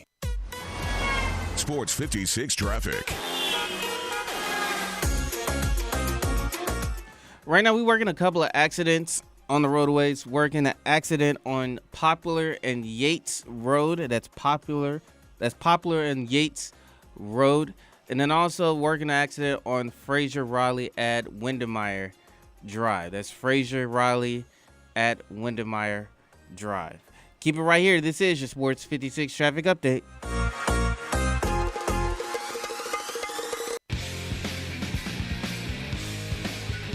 Now, back to Sports 56 Mornings. This hour is brought to you by James Gaddis Jewelers. Here once again are Greg Gaston and Eli Savoy. Well, they say timing is everything. This is great timing to have, once again, Gary Myers on the program. We had him, I don't know if it was last year or the year prior, but he is a terrific writer, New York Times bestselling author, Hall of Fame voter as well. You can follow him on Twitter at Gary Myers New York or NY. But I say that because of not only the Tom Brady retirement, he wrote that great book, Brady versus Manning, but now Brady with a statement yesterday that you never say never, so he keeps the door a little bit ajar. But we are very pleased to be joined once again by the New York Times bestselling author Gary Myers. Hey, Gary. How you guys doing this morning? I can imagine when Giselle heard that, she went, huh? What are you talking about? Well, he's just saying that in case he gets tired of her. That's the only reason he's saying that. And she may want him to go back. She may realize that she gets tired of him in a hurry. I was going to say there's probably a better chance of him saying, you know, honey, are you sure you don't have one more year in you? Rather than him saying, you know, honey, I think I got to get back to get out of the house. I think she'll kick him out first. But I'm wondering why he did say that. He didn't. I mean, he could have rode off into the sunset. He didn't have to say that. Even if he down the road really seriously considered something like that, if the opportunity arose and it was perfect situation for him, he doesn't have to say anything now. Why do you think he said something, Gary? Well, he is good friends with Michael Jordan, who did that a couple of times, and he must have had a conversation yesterday with Brett Favre. You know, I don't know why he would say that. He seems to be more of a definitive person that once he makes a decision, he doesn't waffle on it. I can't say for sure that he wouldn't come back, but I think he's going to get so wrapped up in all his business dealings and really enjoy it. and not want to go through the grind of preparing for another season. And then, once you get to camp, for him, it becomes a 24/7 thing. Mm-hmm. That's why I think he retired. I don't think it's because he physically couldn't handle it, or that he wasn't good enough anymore, or that he really wanted to be, home all the time. I mean, his kids are in school all day. He was going to sit around and wait for them to come off the school bus, and give them a peanut butter and jelly sandwich. I don't think he wants to do that. Most parents, mothers and dads work. So I don't think it was the spending more time with his family thing. I think it was just strictly because, mentally he just felt like he didn't have it in him anymore. Now, listen, if he, in the middle of June, after living this life for the next 3-4 months, is he going to feel differently and feel that pull to bring him back? I mean, I think that's really an unknown right now, but it'll be interesting to see how that comment he made plays with the Bucs, because is this something that I was going to reach out to him and say, are you serious about this? Should we go out and get another quarterback? Can we count on you coming back? I mean, who knows? Were you, based on the fact that he did, he had a really good year, I mean, were you surprised that he did retire, that this was the year that he finally made that decision? I mean, it had to happen sometime. I would imagine that even he was going to retire. I think towards the end of the season, you start to hear more stuff, at least raising the possibility. And if you think about it, there's never been an issue after any season whether he was going to continue playing. Even last year, which would have been a perfect time to walk away after winning the championship for the Bucs, there was a little bit of it right after the year, but nothing coming from him. No comments from him, I got to think about it, that kind of stuff. It was really just media speculation. But you saw some comments attributed to him, and then especially after the day after they lost to the Rams, where he really threw it out there that it was a possibility. Mm-hmm. But as far as whether I was surprised or not, I tell people this, and I haven't found anybody to agree with me yet. Which is okay. That's usually how it is. Me too. I watched his body language during the game against the Rams. And if you guys remember, that terrific comeback against the Falcons in the Super Bowl, that at one point they were down 28-3. But even during that period when they were down, 14-3, 21-3, 28-3, you always saw him on the sidelines yelling and trying to pump up his teammates, let's go, this isn't over yet, come on. And I didn't see any of that. As they kept falling further and further behind the Rams, I saw him sitting on the sidelines with his tablet, studying plays and not talking to anybody. He just didn't look as engaged to me as he has in the past, when he was always the most animated guy in the sidelines. And, combined with some stories that had come out, prior to that game that, maybe this was going to be the time he walked away, and then watching him during that game and just his body language, it kind of like sent a signal. I thought that this is it. And I don't ever want to say that he wasn't embracing the moment or he wasn't, trying to win. Mm-hmm. But I just, I don't know.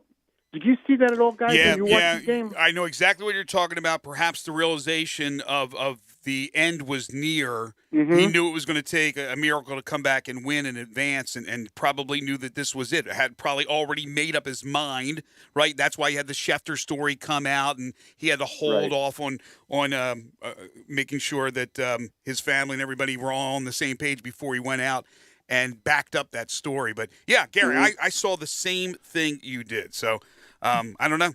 Gary, you obviously wrote the book about him and Peyton Manning. We see Peyton Manning now with the Manning cast. We talk about him possibly being one of the new owners of the Broncos. Mm-hmm. What do you see Brady doing?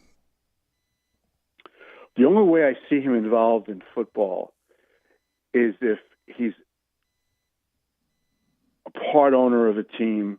I mean, as much money as he has, I don't think he's got enough to be the principal owner of a team. But I can see him getting involved in a group like Peyton is doing, and I think Elway is trying to get involved in that one as well. I never see him coaching or being an analyst on TV or a studio guy. I agree. I don't see him being a general manager, maybe a president of a team, But I think what we see him involved in now is the way it's going to go. He's owning his own businesses. Mm-hmm. You know, his health and wellness. He's got a new clothing line. He's got a production company that's been doing documentaries. That's what I see him doing. Where he's the boss, and he's just deciding, how he wants to run his businesses. I don't see him working for anybody else. Yeah. And the most I see is him becoming a part owner of a team. Yeah, not unlike what Kobe was doing when he called it a career, and then, of course, the tragic ending of his life, but he was doing all types of other things. I agree with you. But I could also see where Robert Kraft does something maybe to bring him in the fold as some ownership. Maybe there's something that will happen there. But, yeah, I'm in agreement with you as well. Well, let me just say this. The Patriots are worth $5 billion. Any percentage that Kraft would gift to Brady would be quite lucrative.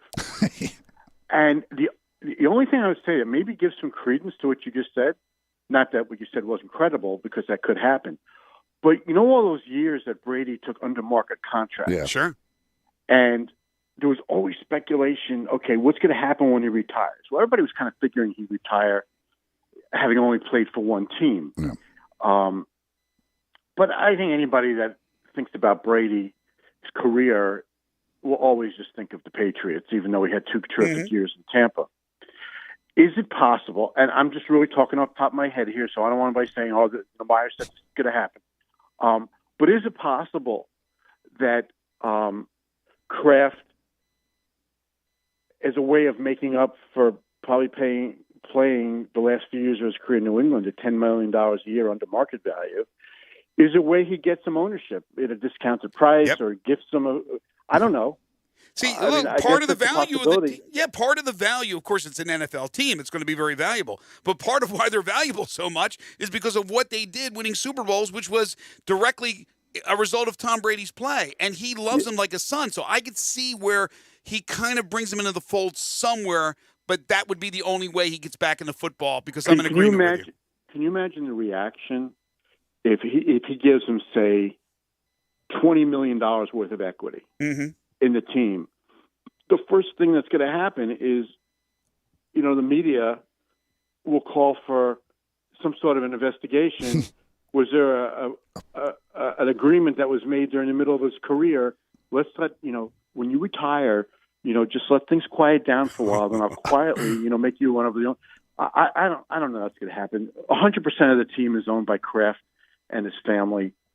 Even though, you're right. I mean, he considers him a son. He considers him his fifth son. I don't know that he's given away part of his team to Tom Brady. But it's interesting to talk about. Yeah, and there's never been controversy with the Patriots, so we could throw that out the window. Never. Talking to Gary Myers. Or Gary, this weekend, Bengals and the Rams. What do you think of this matchup? Well, I think this is really a cool matchup, simply because the teams took such diametrically opposed approaches to building their teams. The Bengals, stunk for a long time. 5 or 6 years of being really bad, and built through the draft. And the Rams went out and have tried to buy the Super Bowl. And I think what the Bengals have done gives every crappy team in the league hope that, first of all, you got to have Joe Burrow sitting there where you can take him number one. So you got to have a potential franchise quarterback available to you in the draft. But just building it, piece by piece, and making good use out of all these high picks, and having Joe Burrow's college receiver sitting there, clearly the best receiver in the draft, and they got him, and they hit the ground running, even though Jamar Chase had a tough training camp when he was dropping a lot of balls. Once the season started, he's been great. Versus the Rams, who, draft choices be damned, and I don't think they have a first-round pick till about 2045. And going out and trading for Jalen Ramsey and Matthew Stafford and Von Miller and getting Odell Beckham for free, basically. They're just going for it. So if you're a fan of a team that has the courage, at least, to sacrifice the future and create a small window here where they're just going for it. I mean, that's fun to be a fan of a team like that you know that their only goal is to get into the Super Bowl and win it, whereas the Bengals are kind of been doing it step by step and have gotten here so much faster than they could have anticipated. That gives teams, especially like here in New York, where the Jets and Giants combine for about 3 victories every year, it gives fans of the Giants and Jets hope, and all the other teams that in that same situation, that all we got to do is have a really good general manager who picks the right players and a really good coach who knows how to utilize them, and we can be the Cincinnati Bengals. And when was the last time you ever heard anybody say, boy, if we can just be the Cincinnati Bengals? I can tell you one team that's not happy with the Bengals, and that's the Cleveland Browns. They're like, wait a minute, this is supposed to be us, and it's the Bengals. So is your lean towards the Rams? Well, I'm actually, I never root. We don't do that in this business. But I just think it would be a great story if the Bengals win it. And it would further prove that you can't buy a Super Bowl. The Eagles, remember that Dream Team stuff in 2011? Sure. And they fell on their face. I think the Bengals have tried to do this the right way, and I think that's admirable. I also think they have a great chance to win this game. And neither of these are great teams. I thought the Rams kind of underachieved a little bit this year, considering all the hype. But they've gotten better towards the end of the year when all these new pieces fit into place. I'll give you a score. I think it's going to be a really exciting game because both teams are explosive offensively. The Rams are better on defense. But I'm going to pick the Bengals just kind of for the fun of it, and I really do believe they have a great chance, like I said before. I'll pick them like 31-28. Wow. And maybe this comes down to the last 2 minutes, and Joe Cool, the new Joe Cool, because we all know the original is Joe Montana, puts together a game-winning drive to win it, and beat the Rams, in their home stadium, which would be, an amazing story. I'm wondering, since the last 2 times the Rams played the 49ers at home, there were more 49er fans than Rams fans. I don't know that the Bengals fans travel as well as that, but I would just have to think that anybody who doesn't have a real rooting interest in either team, and because so much of this crowd is a corporate crowd, and just fans who can afford the tickets to go to the game, I'm wondering what the breakdown is going to be in this, in the stands. If it's going to, usually a Super Bowl is 50-50. It's always pretty close to that.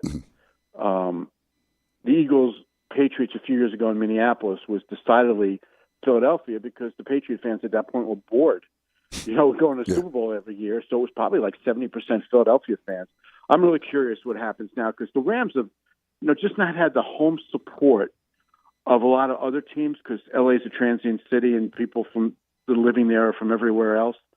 So I'm really curious to see how the fan breakdown is. Yeah, you'll get the fake diehards that have the money from Tinseltown that want to be a part of the scene. They'll come out. But you're absolutely right. If this was, let's say, Rams Steelers, I mean, gosh, it would be 75% terrible towels in there. You're absolutely right about that. The other thing I want to say is that the first time I ever bought Super Bowl tickets, and I've never bought them for myself.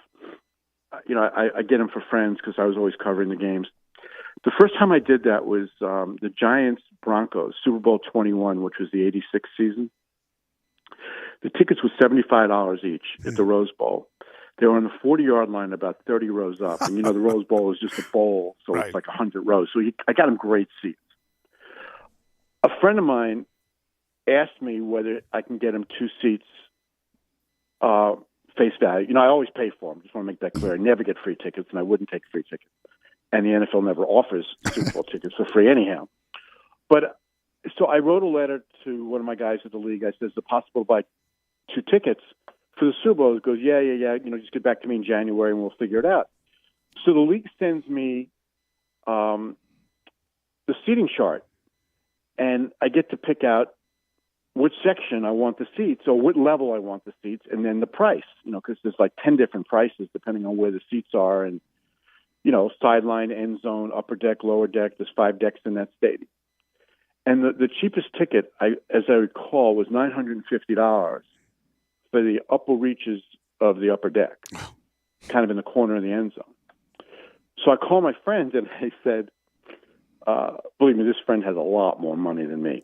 I call him and I read him the list of, where the different prices are in which section. The face value of these tickets. Now, I got them great seats. They're on the 40-yard line, the second level.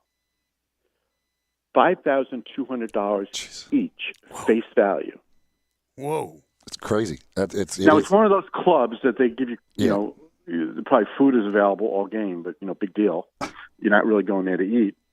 But and that wasn't the most expensive ticket in the stadium. The prices are nuts. How do people, like if somebody from Memphis wanted to go to the game, not only do you have the airline travel expenses, then you have the hotel, and then you have to pay exorbitant prices for these tickets. I mean, who can afford to do that? Exactly. Yeah. Travel, get around, move around LA. It is absolutely crazy. Yeah. Gary, one final thing quickly, because you're still a Super Bowl on the Super Bowl or the Hall of Fame committee, right? Yes, sir. Guy that went to school right down the road. He's not too far from here. Didn't grow up too far from here either. Patrick Willis is an interesting case because he was dominant, but he retired early. What are his chances, kind of, as you look at him? Well, I had to be careful how I answer this because we voted a couple of weeks ago. Oh, okay. I didn't even know you guys had done that already. I'll just and the vote will be announced Thursday on the NFL Honor Show. Mm-hmm. It's. I will say this: I'm really proud of my fellow voters that it hasn't leaked out yet because we did this. I think it was either 2 or 3 weeks ago. I will just say in general about Patrick Willis, without trying to give you any hints whether he got in this year or not. I think that the short career in the past would probably work against him, but because we put Terrell Davis and Kenny Easley in the last 5 years, and we know that Terrell Davis had a spectacular but short career where he only had like 3 or 4 great seasons, and he got in. So I think for Willis's case, that will really help, and he was a great player. Yeah.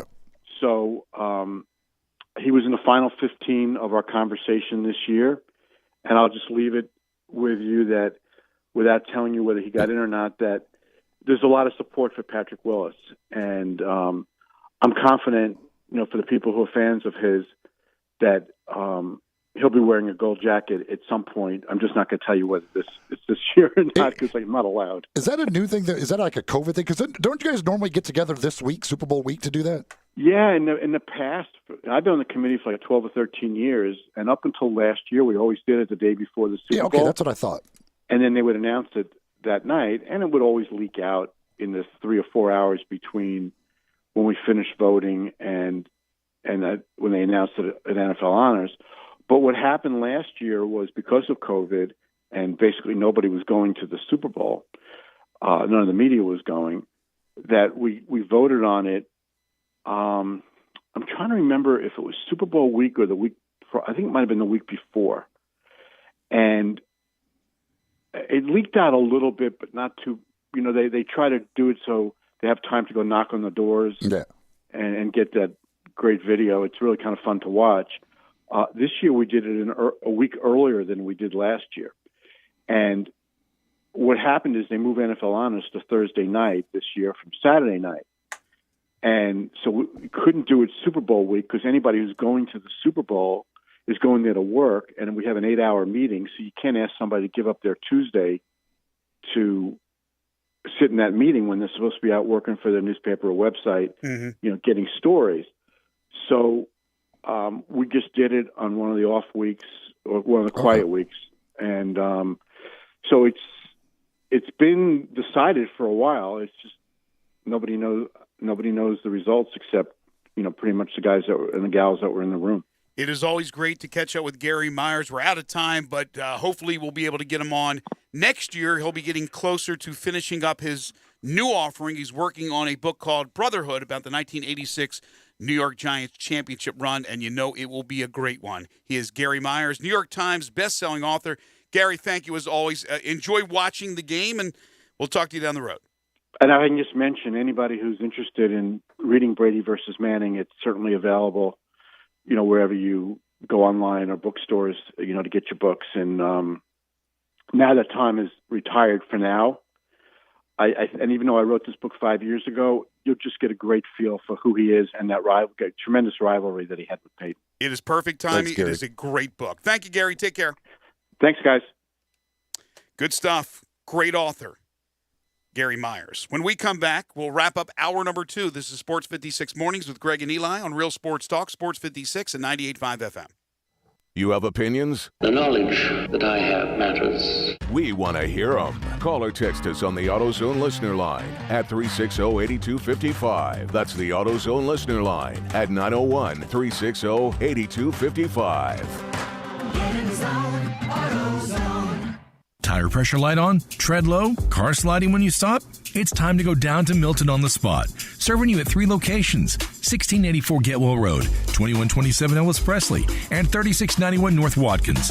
Memphis' largest supply of new and used tires, all under warranty. Yes, that's warranty on used tires too. Ask about the tire rotation and balance specials. Milton on the Spot on Getwell Road, Elvis Presley, or North Watkins. Here to take care of your every tire need. Milton on the Spot. Brian Elder's Roofing Solutions. I'm Brian Elder. There are a lot of ways to ruin your roof. Probably none worse than ice and snow. Google the term ice dam, and you'll understand that standing snow and ice can destroy your home's interior. Call me, 867-0303. Damaged ceilings or interior? It's time to call Brian Elder Roofing, 867-0303. We're a platinum preferred contractor with Owens Corning, so we've been vetted and trained by the best. You've known the name for years. Call me before you call your insurance company. We won't try to sell you a new roof if you don't need one. We'll measure your roof from outer space. Call me, 867-0303 or BrianElderRoofing.com. Call 867-0303. Brian Elder's Roofing Solutions.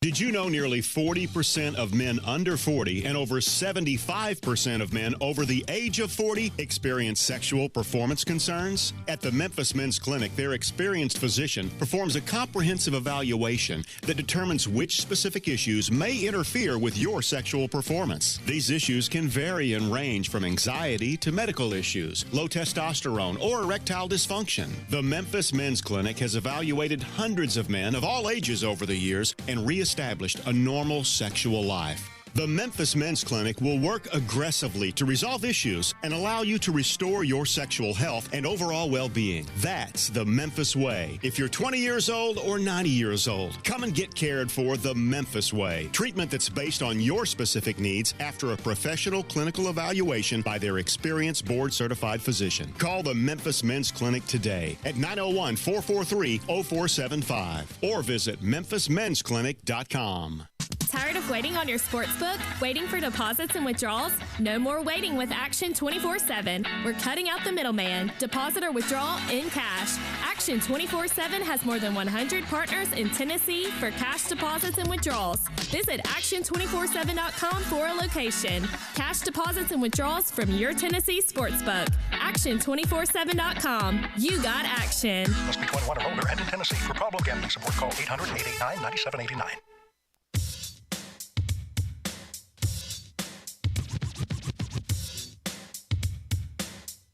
Now, back to Sports 56 Mornings. This hour is brought to you by James Gaddis Jewelers. Here once again are Greg Gaston and Eli Savoy. Coming up in hour number 3, plenty of Tigers talk. Jeff Crane will join us, University of Memphis Deputy AD, then Memphis Tigers men's basketball assistant coach Cody Toppert. That'll be around 9:25. We'll be giving away a pair of tickets for The Who. The legendary rock band will be coming to FedEx Forum May 13th. We'll give away a pair today and a pair each day this week on Sports 56 Mornings. By the way, on what Gary just said, kudos to those I can't believe that nothing has leaked out if they did that voting 2 weeks ago. It's impossible in this day and age to keep things to yourselves. I mean, that's a group of guys who could keep a secret. I can't believe it. I am shocked when he said it's already, what did he say, 2 weeks ago? Yeah. 2 weeks ago, and they've been able to keep a secret when it's impossible to keep a secret now for like an hour. And I can't tell by what he said whether Patrick Willis got in this year or not. He did a very good job of talking about it. At one point, I thought he was he got in. Then at one point I said, no, I don't think he got in this year. Well, it's interesting because he said basically he's going to get in. And there's never a given if you fail the first time. I mean, there are guys out there. Tony Baselli's still not in, right? And he's been on that. Correct. I don't think he got in. We have one every year, it seems like Super Bowl He's one of week. those guys that's always been hurt by the short career. He was a dominant player, but it was over a very short period of time because of injuries. Right. So I couldn't get a feel either way. But to me, I would almost lean that he got in because you can't guarantee that he will. But certainly a guy that's deserving, whether it's now or in the future. Oh, by the way, video doesn't lie. The video surveillance from the Las Vegas casino, which I forget which casino he was at with the Alvin Kamara situation. The Cromwell Casino. It supports the injured man who was beaten up by Kamara and his group. It supports him, and Kamara is in big-time trouble. He lied to the police. He said it went a different way. They have video proof, so we'll see what ends up happening out of that. Here's what I will tell you. If you're in a casino, especially in a Las Vegas casino, it really doesn't matter where the casino is. Whatever you did or do is on video. On tape. They're in a place. Roll the videotape. If you are in that place, you are on video. So you might as well tell the truth because it's going to come out because there is no doubt there is video of it if you're doing it in a casino. That is for sure. New Life Medical Center located at 9160 Highway 64, open 7:30 to 5 Monday through Friday, 9 to 1 on Saturday, doing primary and urgent care of what is ailing you. Go by and see them for testosterone replacement therapy, weight loss programs, other things. They do that. But mainly if you're feeling sick, you've got injury, they can take care of you. Again, primary and urgent care is available.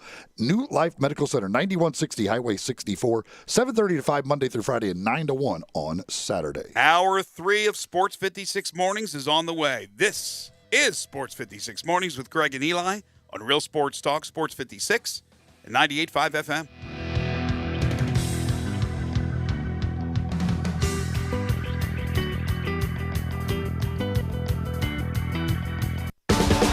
The Who hits back. We don't get fooled again. Memphis, it's your turn. Pete Townsend, Roger Daltrey, The Who with an orchestra. Why don't you all fade away? FedEx Forum, Friday, May 13th. Who are you? Get tickets this Friday at 10 a.m. at LiveNation.com. The Who, live in concert. There's more at TheWho.com. It's been said that the world always looks brighter from behind a smile. So why not let my friend, Dr. Mehdi Sadeghi, and his friendly staff at the Smile Center Memphis help brighten up your world. The Smile Center is a local family dentistry located in Germantown, specializing in cosmetic crown veneers, teeth whitening, and Invisalign clear braces, all with free consultation and second opinions. New patients are welcome, and if you don't have dental insurance, don't frown. They have an in-office plan to fit your specific needs. Same-day emergency service available as well. Give Mehdi a call, 309-1333, or visit their website at smilecentermemphis.com. I'm Gary York. I'm the service director at Lexus of Memphis. Our service department wants to be more than just a place where you get your oil changed. We do glass repair, windshield replacement, recalibration of your camera and sonar systems, even wheel repair, tire replacement, all the things you would expect from a luxury automotive dealer. Please check out our website. You can schedule your appointment, check out our specials, hours of operation, or if you'd like to do it in person, please reach out to one of our associates at 901-271-5199.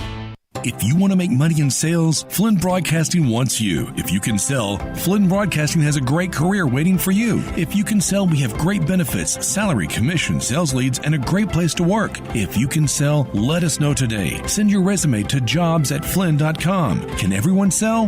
No. But if you can, Flynn Broadcasting wants you. Apply today at jobs@flynn.com. Start your great career today at jobs@flynn.com. Flynn Broadcasting wants you. Ole Miss Rebel Yell is back. The Rebel Yell Hotline Radio Show is back on WHBQ Sports 56 and 98.5 FM. Every Monday night at 6, hear the latest news on your Ole Miss Rebels with Yancey Porter with 24/7 Sports, former Ole Miss defensive tackle Mike Fitzsimmons, Gordon Ford covering SEC Sports Call, and former Ole Miss baseball announcer Gary Darby. From kickoff to free throw to extra innings, your Ole Miss Sports on the Rebel Yell Hotline Show right here Monday night at 6 on Sports 56 560 AM and 98.5 FM. Your Mid-South Sports Station. I'm here with the great Pat Donahue from the Rendezvous Restaurant Shipping Department. Thanks, Brett. We've been shipping our ribs all over the country now for decades from our USDA-inspected shipping kitchen in the Pinch District. We hand-cook our ribs in pits that Mr. Charlie built over charcoal, just like they do at the restaurant. So what comes in a rib box? We could do pork shoulder, we could do ribs, our sauce, seasoning, baked beans, coleslaw. We'll even throw in Pancho's cheese dip with our nacho boxes. We also put a bag of Rendezvous seasoned popcorn, heating instructions, some chef hats, some wet naps, and some other helpful tips from our kitchen. We ship our ribs overnight, exclusively FedEx. And we put them in nice packaging. We don't ever want to use styrofoam, so we use corrugated cardboard, actually 2 boxes that fit nice together, so the ribs get to you, your loved ones, or your clients in a safe, wholesome manner. Rendezvous ribs are perfect for out-of-town clients, customers, loved ones. We also ship ribs for any occasion. Where do we order these great ribs? You can go to www.hogsfly.com or give us a call at 1-888-464-7359. Charlie Burgos' Rendezvous Restaurant in the alley since 1948. Remember the last time your family visited the forest? It's a place of wonder and imagination for the whole family, where stories come to life. And it's closer than you think. Ready to plan your next visit? Make the forest part of your story today at a local park near you, or find one at discovertheforest.org. Brought to you by the United States Forest Service and the Ad Council. We are Sports 56 WHBQ Memphis and W253DF Memphis, Flynn Broadcasting Stations. Sports 56 traffic.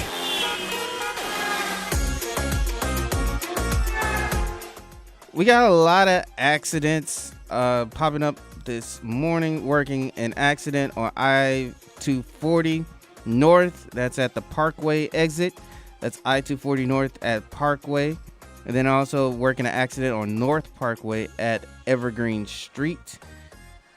Then we're working a medical emergency on I-240 East at Lamar Avenue. That's I-240 East at Lamar Avenue, working with a medical emergency. And then we are working 2 accidents on Shrews Parkway at Poplar Avenue.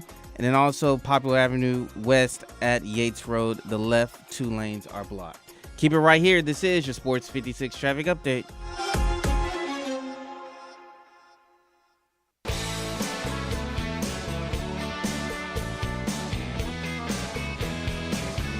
Now, back to Sports 56 Mornings.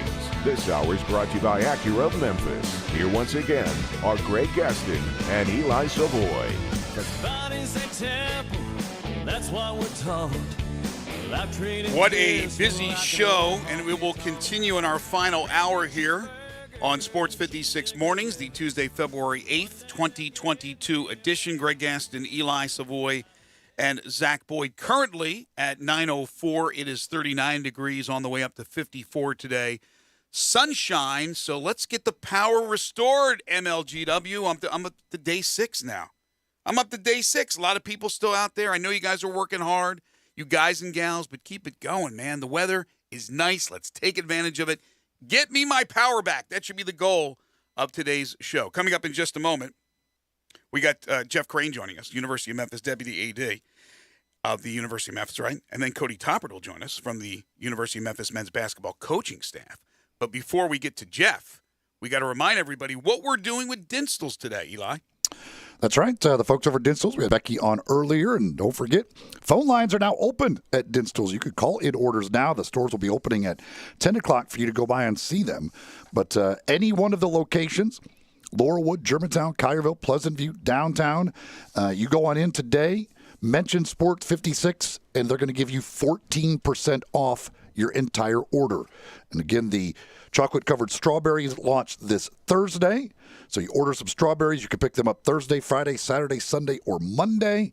You could, if you order advance, pay everything in advance. Makes it very easy to go by, pick them up, and be on your way. They have a special area for you to pick them up at all the various locations. So, again, make sure you mention it. You heard it here on Sports 56, or mention Sports 56 when you either call in your order or go buy Dinstall's today.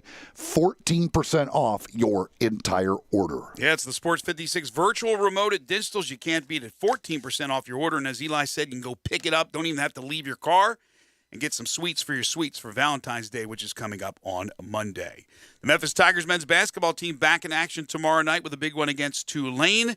We will talk Tigers hoops and other things University of Memphis athletics with Jeff Crane, as we do each and every week, the University of Memphis Deputy AD. You can follow him on Twitter at jcrane75. Hey, Jeff.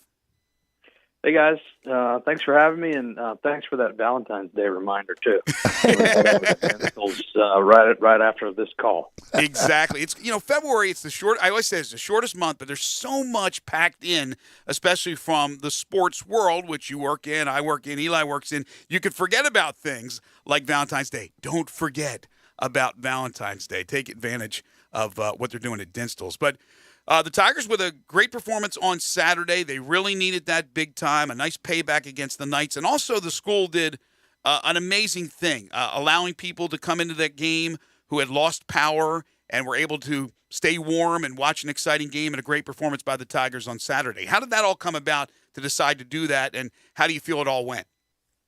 Yeah, it was an awesome day. I think as Coach Hardaway has been saying for the last several weeks, when we're healthy and at full strength, we're as good as anybody in our conference, and I think we showed that on Saturday night, and certainly the fans did too. Awesome crowd, and some of our external team was batting things around during these ice days, as most folks were working from home, some with power, some without power, and dropping calls and all the like during those 2 days. And a couple of folks said, hey, why don't we just let people in with that have power issues, so they can warm up and they can watch some basketball, and maybe we can get some new folks who haven't been exposed to Memphis Tiger basketball. And it all kind of came together quickly, and Coach Hardaway and Laird Veach got behind it, and we were off and running. So a lot of credit to our external communications and marketing folks who really made all that come together and happen. So it was a great opportunity. Well, and certainly, as you said, the team put on a good show for those folks as well. And now it kind of sets up, if with people being healthy, a lot to be determined here, and an opportunity, especially over these next couple of weeks, to really try and bolster that resume. Yeah, this is the time of year in college basketball that you want to be playing your best basketball, and certainly feels like that's where we're headed with both our men and women's basketball programs right now. Are playing great basketball. We're playing great basketball at home, which helps. I just glanced at our women's basketball record. We're 8-2 at home, so that newly renovated El Marone's doing a lot of good for our women's program. So yeah, we've got a couple home games this week before we got to go out on the road next week, which will be tough. So we got to get these home games. Well, as we mentioned at the start, Tulane tomorrow night at home for the men. Then Tulane comes in to play the women at El Marone on Thursday. But tomorrow night, you got the military and first responders game. So what's going on with that? Yeah, we've been working with some of our local military installations and the VA, as well as the city with police and fire, et cetera, to provide some tickets for those folks so they can come to the game. And really kind of the timing works out well, because certainly our first responders have been busy the last several days. So this was planned before all of that, but just an opportunity for us to say thank you. One of the things we think is really important is that we support our community at every opportunity we get. We're fortunate in that we have wonderful facilities here. We have many opportunities here at the University of Memphis, and a lot of that is because of the awesome community we live in. And so we think it's critical that every opportunity we can, we're going to support our community, especially those first responders and military personnel. We've talked about it before, but as we kind of look at these last few home games, any other special stuff that you've got coming up with these last few home games that you could tell us about? Yeah, we're working on some big opportunities for that last men's basketball game versus Houston. We're going to be putting some things out on that next week, offering some opportunities for our season ticket holders to get some extra tickets to make up for the lost game that we had earlier in the season versus Alabama State. So we're going to offer some additional tickets for that Houston game. And And our goal is to fill the FedEx Forum for that Houston game. So it's going to be a big one, nationally televised. They're currently ranked in the top 10, so that's one we're circling, and a lot more to come on that next week. You mentioned, Jeff, next week is the really tough road trip, but a chance to make some big-time noise with games at Houston, at Cincinnati, at SMU. And as everyone knows, as you get ready for the conference tournament, you hope to get one of those buys and don't have to play 4 games to win the conference tournament. And Memphis has put themselves into that position. With that said, is there starting to be a little bit of a buzz about the conference tournament down in Fort Worth? And how will those tickets be sold? Is it through their venue? Is it through each school?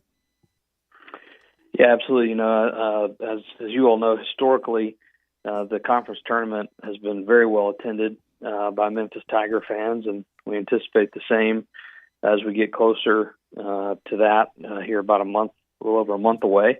Folks can call our ticket office directly, purchase those tickets. They're available to all season ticket holders now, and in the next couple of weeks, if we have any left, we'll be putting those on sale essentially to the general public. So we do have tickets for the tournament, and we're actively selling those as we speak. In football, the season tickets are now on sale. Was that yesterday or the day before that you guys? Yeah, we really kind of pushed that out yesterday. Yeah. Was when our mass email went out to all those that have had season tickets in the past, and we tried to continue to keep our pricing very competitive as we go into this upcoming season, and really starting to push the Tiger Terrace, and that was our premium area that was new last year, and we think there's a big opportunity to sell that out as we go forward. It's bar service and kind of a party deck atmosphere, and was a great hit last year. And we think this year we have a real opportunity to sell it out, as I had mentioned. So nothing new right now on the Liberty Bowl front, but we are actively pursuing some of these premium spaces and getting those sold out early. Obviously, there'll be new signage because there's a new sponsor of the Liberty Bowl Stadium. Yeah, Simmons Bank will have their name on the stadium, which we're very excited about. We're just excited about someone in the community making an investment in the Liberty Bowl. We think that's a critical piece of the puzzle for our football program and the future success of it. That we continue to invest in the facility that we have, and I know that's something that fans are kind of wondering what the future of the Liberty Bowl is, and we promise we are getting closer to having some of that ready for the public to see. But we really want to get it to a fine-tuned place. But we have some really exciting plans for the future for the Liberty Bowl, and coming soon. I think we talked about this before, but I'm not 100% sure. So we just went through our second, hopefully our last COVID football season, right? 2020 and 2021. A lot of things affected in 20, things affected in 21 as well. Compared to 2019, these past 2 seasons, where were season ticket sales? And then what's your anticipation for 2022? Yeah, obviously the 2020 season, we took a significant dip in season ticket sales from the 2019 season. But thankfully we're able to recover, I would say probably 90% of that. Wow. From the 2019 number back to the 2021 number. So we're certainly moving in the right direction. And with the addition of some of our premium seating, our ticket revenue on the season ticket side was good. From what we really saw an impact on single game sales, group sales, those sorts of things. And as you look across the landscape of sports, period, that's where a lot of the impact has been, more so on the single game ticket side versus the season ticket side. So as we go into next season, we very much believe we'll pass where we were in 2019. Obviously, it's very early to tell where that'll go, but just the general excitement in the recruiting class. It was the highest ranked recruiting class we've had in school history for football. And so, we feel like we've really put ourselves in a position we can be really successful going into next season. So, Jeff, I'm looking at the season ticket chart, the pricing and all that stuff. And the Tiger Terrace, are those available as season tickets, or is that only on a game-by-game basis? Because I don't see them listed, or am I missing something here? Yeah, those you would buy a regular season ticket somewhere in the stadium, and then the Tiger Terrace is an additional pass that folks buy for access into there. Now, you can certainly make that your season ticket, but that's an add-on to your season ticket cost. Okay, all right. And then finally, we got the spring sports ready to go in baseball. Darren Schoenrock's final season begins actually a week from this Friday. Yeah, we're up and going, and baseball, as you said, almost a little over a week away, and softball, because Coach Poole's the smartest person in our department's headed to Mexico for some softball games, and our tennis programs are off to an awesome start. Mm-hmm. Our women's program's 5-1, men's program is 4-2. Our men's tennis program beat Alabama over the weekend. Not sure if you guys do that, but anytime you can beat Alabama in anything, that's an achievement. So we're excited about that, and busy time certainly, and ready for the weather to get a little bit warmer. It's feeling good out there today, and ready for everybody to get their power back on, right, Greg? Absolutely, Jeff. Let's start a campaign. But look, we appreciate it. I know it's a busy time, as you said, and we always appreciate you joining us. We'll see you over there tomorrow night at FedEx Forum. Hopefully a great crowd for the game against Tulane. Thank you, Jeff. Thanks, guys. Take care. Jeff Bye-bye. Crane, University of Memphis Deputy AD. You can follow him on Twitter at jcrane75. FanDuel Sportsbook is an official sports betting partner of Super Bowl 56. We can't wait for the Rams to take on the Bengals this Sunday. To celebrate, new customers can bet $5 to win $280. What? $5 to win $280? Yeah, on either team to win when you use promo code GASMAN when registering. To get your Super Bowl odds boost, download the FanDuel Sportsbook app, deposit at least $10, and pick your team. There's no better place to bet Super Bowl 56 than on FanDuel Sportsbook. Promotions for new and existing customers, tons of Super Bowl props. They've got same-game parlays where you can combine small bets for bigger wins. I told you I like the Rams, but I don't like it -4. I like the Rams -2.5, so that's going to be my play. Don't miss your chance to turn $5 into $280. Download the FanDuel Sportsbook app. Use promo code GASMAN to make every moment more this Super Bowl. Again, promo code GASMAN exclusively on FanDuel Sportsbook. Must be 21 or over, present in Tennessee. New users only, $10 first deposit required. Must wager in designated offer market. Max bonus $280. Bonus for Tennessee users fulfilled in site credit within 72 hours. Tennessee site credit expires 14 days after receipt. Restrictions do apply. See full terms at sportsbook.fanduel.com. If you have a gambling problem, call Tennessee Redline at 1-800-889-9789. Time now to head to Beijing, China. Let's get a Winter Games update from Westwood One.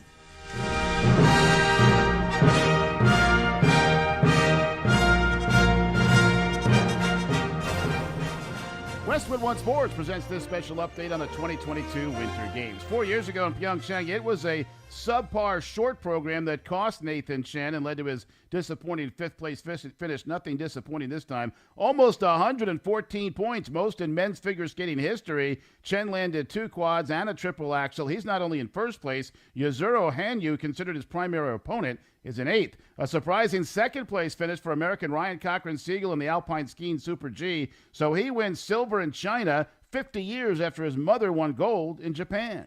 I understand, in a way, what it takes. You have to be dialed with everything, and you have to, mentally be able to just go out there and push. I think I've heard a lot of advice over the years from my mom that I've been able to, channel that added up to today. Matthias Meyer of Austria won the Super G gold medal. With this Winter Games update, I'm John Stashauer, Westwood One Sports.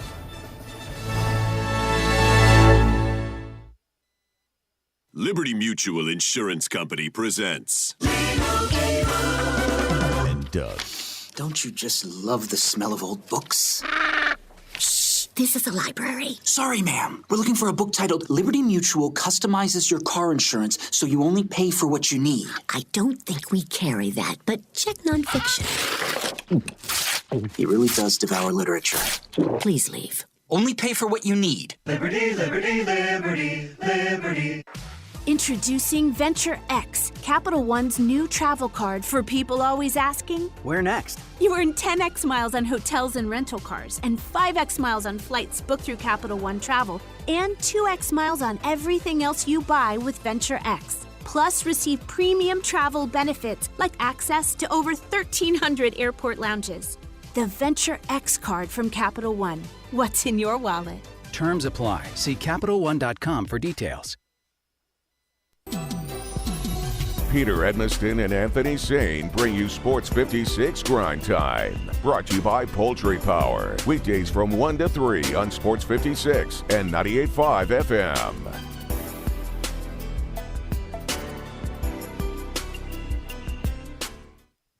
Step up your wings game at East Coast Wings and Grill. With 60 wing flavors and 7 heat indexes, do you have what it takes to turn the heat on your wings up to insanity? East Coast Wings and Grill is family friendly with a large variety menu to satisfy the whole bunch. Sign up today for their loyalty program and taste the rewards. For every dollar you spend, you collect a point. Earn 100 points and receive a $5 reward. Next to Lowe's off Highway 64 in Bartlett, come try America's best wings at East Coast Wings and Grill. Drivers who switch and save with Progressive save over $700 on average, and those savings add up. Imagine what you could buy in the future. Remember how 15 years ago I switched to Progressive? Well, I used all those savings to buy that golf club that swings for you.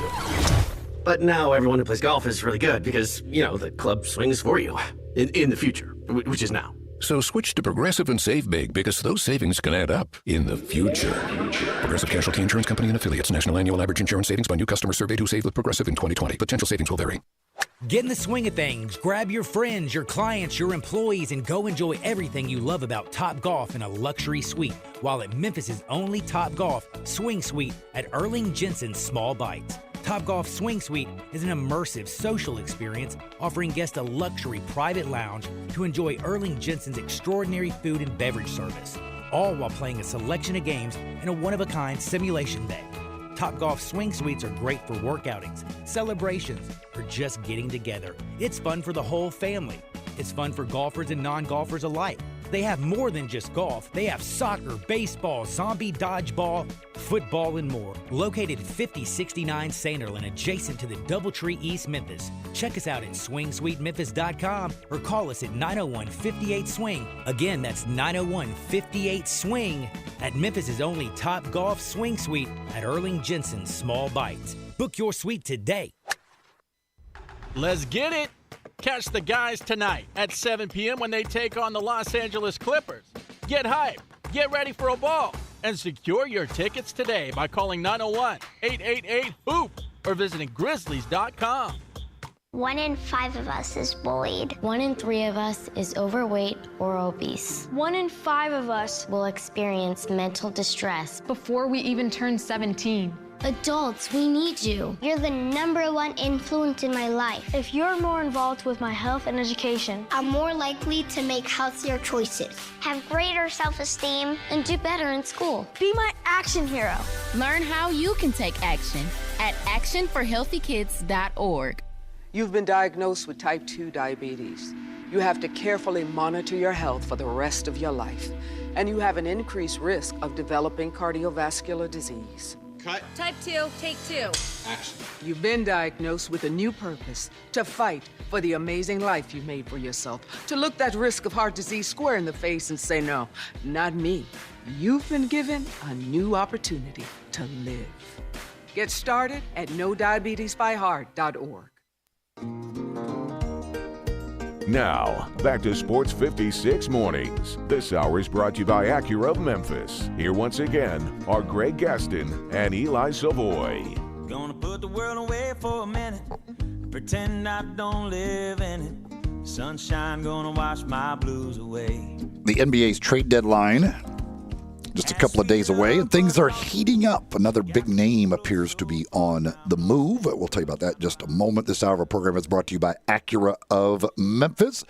located on Ridgeway at 385 and online at AcuraofMemphis.com. Go by, take a test drive, feel that Acura difference. Check out all the great models of Acura that they have for you, whether it be an SUV, whether you're looking for a car, whether you're looking for new or pre-owned. They've got plenty for you to choose from and some great deals going on right now with some great financing options for you on a brand new or certified pre-owned Acura. Get on Ridgeway at 385 and online at AcuraofMemphis.com. Well, the reports, I believe Shams was the first. I don't remember which one was first, but it looks like the New Orleans Pelicans are going to get C.J. McCollum from the Portland Trailblazers in a package that includes Josh Hart, other players, and draft picks. But C.J. McCollum, the C.J. McCollum, Damian Lillard backcourt, no more, as McCollum is headed to New Orleans. Yeah, the breakup in Portland and New Orleans, which has struggled and certainly will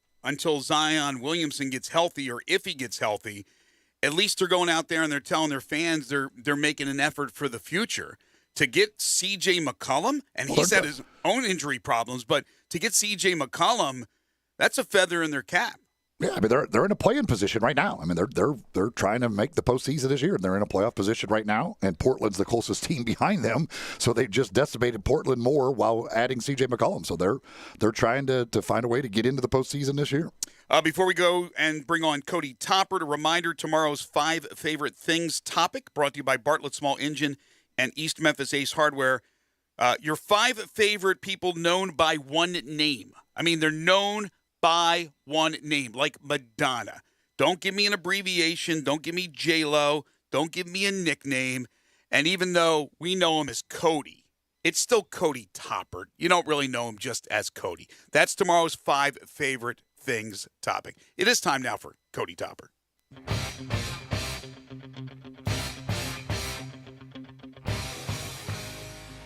It's time to talk Memphis Tigers basketball. Joining Greg and Eli is Tigers assistant coach Cody Toppert. Now, here's Coach Toppert with Greg and Eli.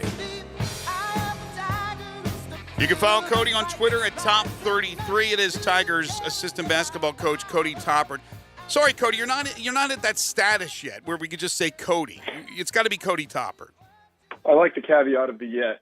Right there, so that's good to hear. Maybe I'm turning in the right direction. Absolutely, well, great to have you. Great to have you as always. And look, hey, we're all smiles today. That was a heck of a performance on Saturday. That was a beatdown. I know UCF rallied, made it close, and then you guys put the hammer down. A lot of good efforts from a lot of different players. Combinations worked, so it's pretty good feeling, I would imagine, for you guys when a game plan comes to fruition. Yeah, I mean, it was definitely good to get a few of the guys back that had missed some games. To be almost at, completely full strength was great. And then to have, different contributions from different guys. So, I mean, it was good to see for sure. We watched the film yesterday. Still a lot of areas of improvement, specifically like you alluded to, allowing them on several occasions to come back. We got up early, they came back. We got up again, they came back. We got up again, they came back. So trying to tighten the screws in terms of those things, make a few adjustments, and hopefully come out and play very well tomorrow. When you were watching the film, because we talked a little bit about this yesterday, did we have a radar gun on the pass thrown by Tyler Harris? Do we know how fast that was yet? Well, it could have been that fast because I don't know if anybody on our team has hands to catch a 90-mile-an-hour fastball. So the fact that it was caught and finished, alludes to it really couldn't have been all that. But maybe it looked faster because he moved his little arm so quick. No. I said kudos to Josh Minot because, yeah, I mean, when something like that comes that hard at you, and there have been a lot of people who would not have been ready for that and had to go right through their hands. Well, Josh was missing a contact at that particular time, too. I don't know if you guys even realized that. He lost the contact. He was playing with one eye closed. So it was a miracle that we were able to catch him and finish it. But I'm glad it worked out in our favor. Yeah, it was really interesting because yesterday we had a friend of ours, Dan O'Brien, who's the engineer for the radio broadcast. I know you know Dan.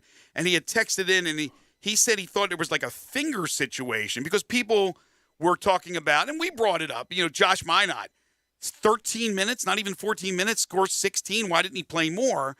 Well, Dan had said he thought it was something with the finger, but obviously it was something with the contact. So he had to come out of the game, and you lose some minutes there. But I thought this was a game that I don't really believe you need to bring up an issue of disbursement of minutes when things went so well.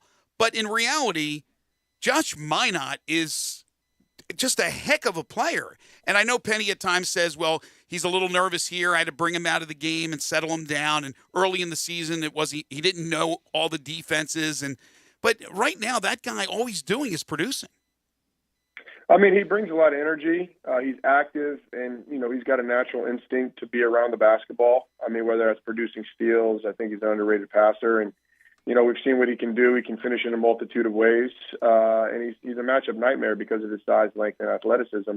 And he's continuing to improve on the defensive side of the ball. And I think that's the biggest thing for him is, he has that physical ability to guard multiple positions, but understanding weak side positioning, understanding when to help, how not to overhelp. We had a couple of things early in the game. We fouled the 3-point shooter, and then, we were on him pretty heavy when he let Mahan put a couple jumpers in his eyeballs. So, that's just part of the growing process, to be honest with you. But, a credit to him. He was already up here this morning watching more film. He's dialing into the details, and he's taking his craft seriously. And I think anytime you come from high school to this level, there's always an adjustment, right? Whether that's understanding, the physical requirements, the mental requirements. I mean, when you get to the middle of February, right, this is the most basketball that the freshmen have played ever, right? Daily practices, the grind, all that stuff starts to weigh down. So he's doing a great job of staying mentally fresh and an even better job of just being active anytime he gets in the game. And the key is, to not count your minutes, but make your minutes count. And he's a guy who does that. We talk about the pass with Tyler Harris. Tyler the other night only goes 1 of 5 from 3-point range, but still gets 15 points. He has 5 assists. It feels like his game from where he was a couple of years ago when he was here. Would it seem like at that point, if he wasn't making threes, he had trouble doing he didn't really affect the game in a positive way. Now, even when he's not making threes, it seems like he's able to do other things and have a positive effect. Well, coaches challenged him specifically on the defensive side of the ball to stay locked in, because when you look at the box score, obviously somebody has to score points, but, there's a lot more facets to the game. And, credit to him is, he's responding pretty well to some of those challenges. And, to see him have 5 assists, that's outstanding, right? Because we know he can shoot it, tremendous 3-point shooter. Hasn't shot it well the last couple of games. But that's great news because I expect the next 3 or 4 to go in, right? And when he ran, I've never seen anybody. There's probably one guy in the world that would come off of a gate play and shoot it from darn near half court. And I think his name is Steph. So with the fact that he had the guts to come through that screen and shoot it from that far out was remarkable. But he's never short on confidence, and he's another guy who's learning to really pick up on the work, I think, a little bit more. He's getting into just a lot more extra than he had his first time around here. Tigers assistant basketball coach Cody Topper joining us. He does it each and every week during the Tiger basketball season. You can follow him on Twitter at Top33. You mentioned, and as everybody knows, the Tigers got healthier. They got some key players back. We saw the type of performance in Jalen Duren that will probably land him top 10 NBA draft. We saw your emotional leader, DeAndre Williams, return. Got a little exuberant at one point, got the technical foul, maybe over-exuberant, but he is certainly a leader. You got Landers Nolley back, who was hitting some key shots and making some nice passes, and even Jaden Hardaway, who didn't play much, hit a 3 down the stretch. So a healthier team, and Penny Hardaway said it, these are his words, that he feels they're the best team in the conference when healthy. You guys are healthy right now. Do you feel the same way? Yeah, I think the big thing, is we'll see tomorrow, right? Consistency is greatness. So if you can be a consistent team and be the same team, on a Monday that you are on a Friday, that you are on a Thursday, then that's huge, right? We don't want to be a great team, every third Wednesday of every odd month. Mm-hmm. So the key here is to find that level of consistency. And, even better part, if you look at the box score of that game was, DeAndre made his return. Obviously his energy was felt across the board, but it wasn't still, one of his best performances, right, in terms of he did get into foul trouble and things of that nature. And, he wasn't a high producer. So that's good news for us because we know when he finds a rhythm that could be a deadly asset. But, again, it's going to be all about consistency. Tulane plays a zone, so we've got to put our zone hat on. We've got to make sure that we lock in. They've got some really good players. Cook, number 3 on their team, one of the best players in the conference. Forbes, tremendous shooter. And then, we've seen the surgence here of a kid named Kevin Cross, who's playing really well at the small ball 5. So, Jalen and DeAndre and our bigs and Josh, whoever ends up guarding him is going to be huge. And, we've just got to turn the page to the next game and stay in those moments. But when we're clicking on all cylinders and playing well, I feel as confident going to war with these guys against any team in the country. With DeAndre, you mentioned, obviously he brings energy. That's one of the great things he does when he is out there. But when he goes and gets a technical like he did the other night, how do you kind of try and get him to balance it to, yes, bring the energy, be you, but we have to understand we can't go too far? I think this is the point in time of the show when we go to the hotline. If anybody's got ideas, let us know. What is it, 555-643? We're on the air for the next 3 hours. I've been around the kid, for a long time, and you love his emotion. You love, it's raw emotion, it's positive emotion. But he definitely gets distracted at times, and we're searching for those answers. So if anybody finds them, let us know. But no, seriously, you love to see that type of spirit. But again, that's his maturation process as he moves forward, is going to be figuring out how to harness that and, how to understand that there is a line. Don't cross that line. I mean, we've talked about it on the show before. We've lost 5 games by a total of 11 points. And, those games being one possession games, it's a 2.2 average loss in those games.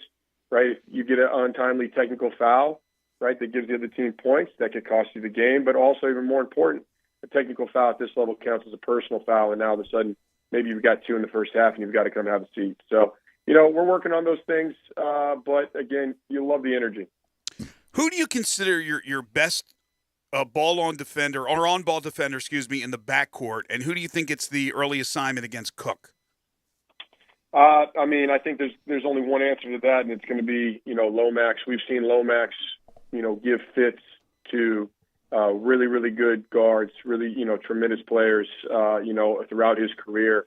He stepped up to those various assignments, but specifically when it comes to primary ball handlers, who have a similar physical profile to him, maybe not particularly tall, but really quick and fast, like Cook.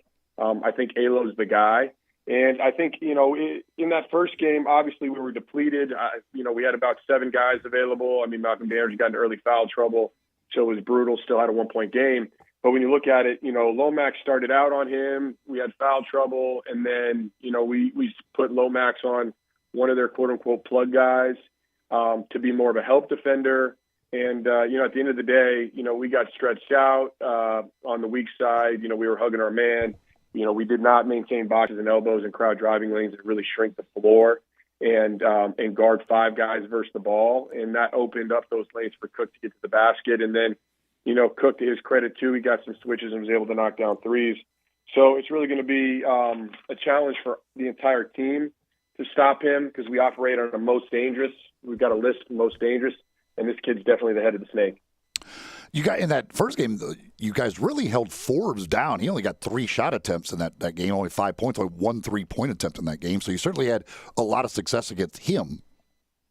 Yeah, absolutely. And he's, one of their key components, right? The key there for them in that game was Zion James hit 3 threes, right? And if you really, if you look and dial into the stats, this is a guy here who shoots, 28% from the 3-point line. And he goes 3 for 7 on us, hit a really big one down the stretch as well. When we were on the way back. And then, a kid like R.J. McGee steps up and gets 13 points, 4 or 5 on twos. He was 3 for 3 at the rim and hit a 3. Those were the difference makers in that game because we understand, Jalen Cook has been cooking the entire conference, right? So thinking that, the difference between a win and loss is just solely limiting him, loses sight of the fact that the first time around it was the role players, that kind of picked up the slack. And we had Cross in foul trouble early, but Cross was definitely a problem in the second half for us. So, I know our guys taking the challenge seriously, right? We're not overlooking these guys by any stretch. Ron Hunter's done an outstanding job of changing his offense this year. They're playing a lot of 5 out, and Cross is playing as a small ball 5. It's kind of more of an NBA style offense, and they're doing a really good job of creating quick consecutive action. It's going to be up to us to limit it. Yeah, you can't afford to look past anybody, but this Tulane team is one of the most improved teams, and really they're having their best conference season since they came into the league. So it'll be a big challenge. And then, of course, the 3 road games that you know of, that everybody knows of, that could make a big difference for this Tigers team. But before we let you go, something that has nothing to do with inside the lines, well, basically doesn't. But I want to talk a little bit about how you guys, Cody, as a coaching staff, keep players that are redshirting engaged with what's going on, because we know in this day and age there's so much movement after a season, transfer portal, players just wanting to move on and go into a different direction, and they could easily be kind of lost in the sauce because they are redshirting while the other players are actually playing and you're game planning for them. So how do you keep those guys engaged, that they are part of the future, that they realize they're part of the future? Well, there's really 5 components to that. The first component is obviously we've had injuries, right? So guys have had to step up and fill in at practice for us to continue to get our live reps. So that's always great. The second component is going to be pre-practice, post-practice, additional weightlifting, and then before games, we have what we call the Ray Allen bus. We have guys that come over and they do workouts, both weight workouts and player development workouts at the Forum, long before the rest of our guys show up. So that's a secondary element. And we also we use technology called Connexon. All of our guys wear chips at practice, so we're tracking their movement. We're tracking accelerations, decelerations, jumps, things of that nature, all in an attempt to make sure that everybody maintains the cardiovascular physical fitness level of somebody who's playing 30 minutes a night, right? So that goes for our guys who aren't heavy minute guys in the rotation or whatever the case may be. And so, our strength coach is keeping an eye on those numbers and making sure that we're doing additional work with those guys, outside of that. And then, when our guys don't have study hall, don't have class, we're making sure we bring them in for additional workouts. And so those components working together, are helping to keep those guys sharp for sure. A lot of times too, when we're doing, some pregame, film sessions and things like that, we'll have those guys out doing additional workouts.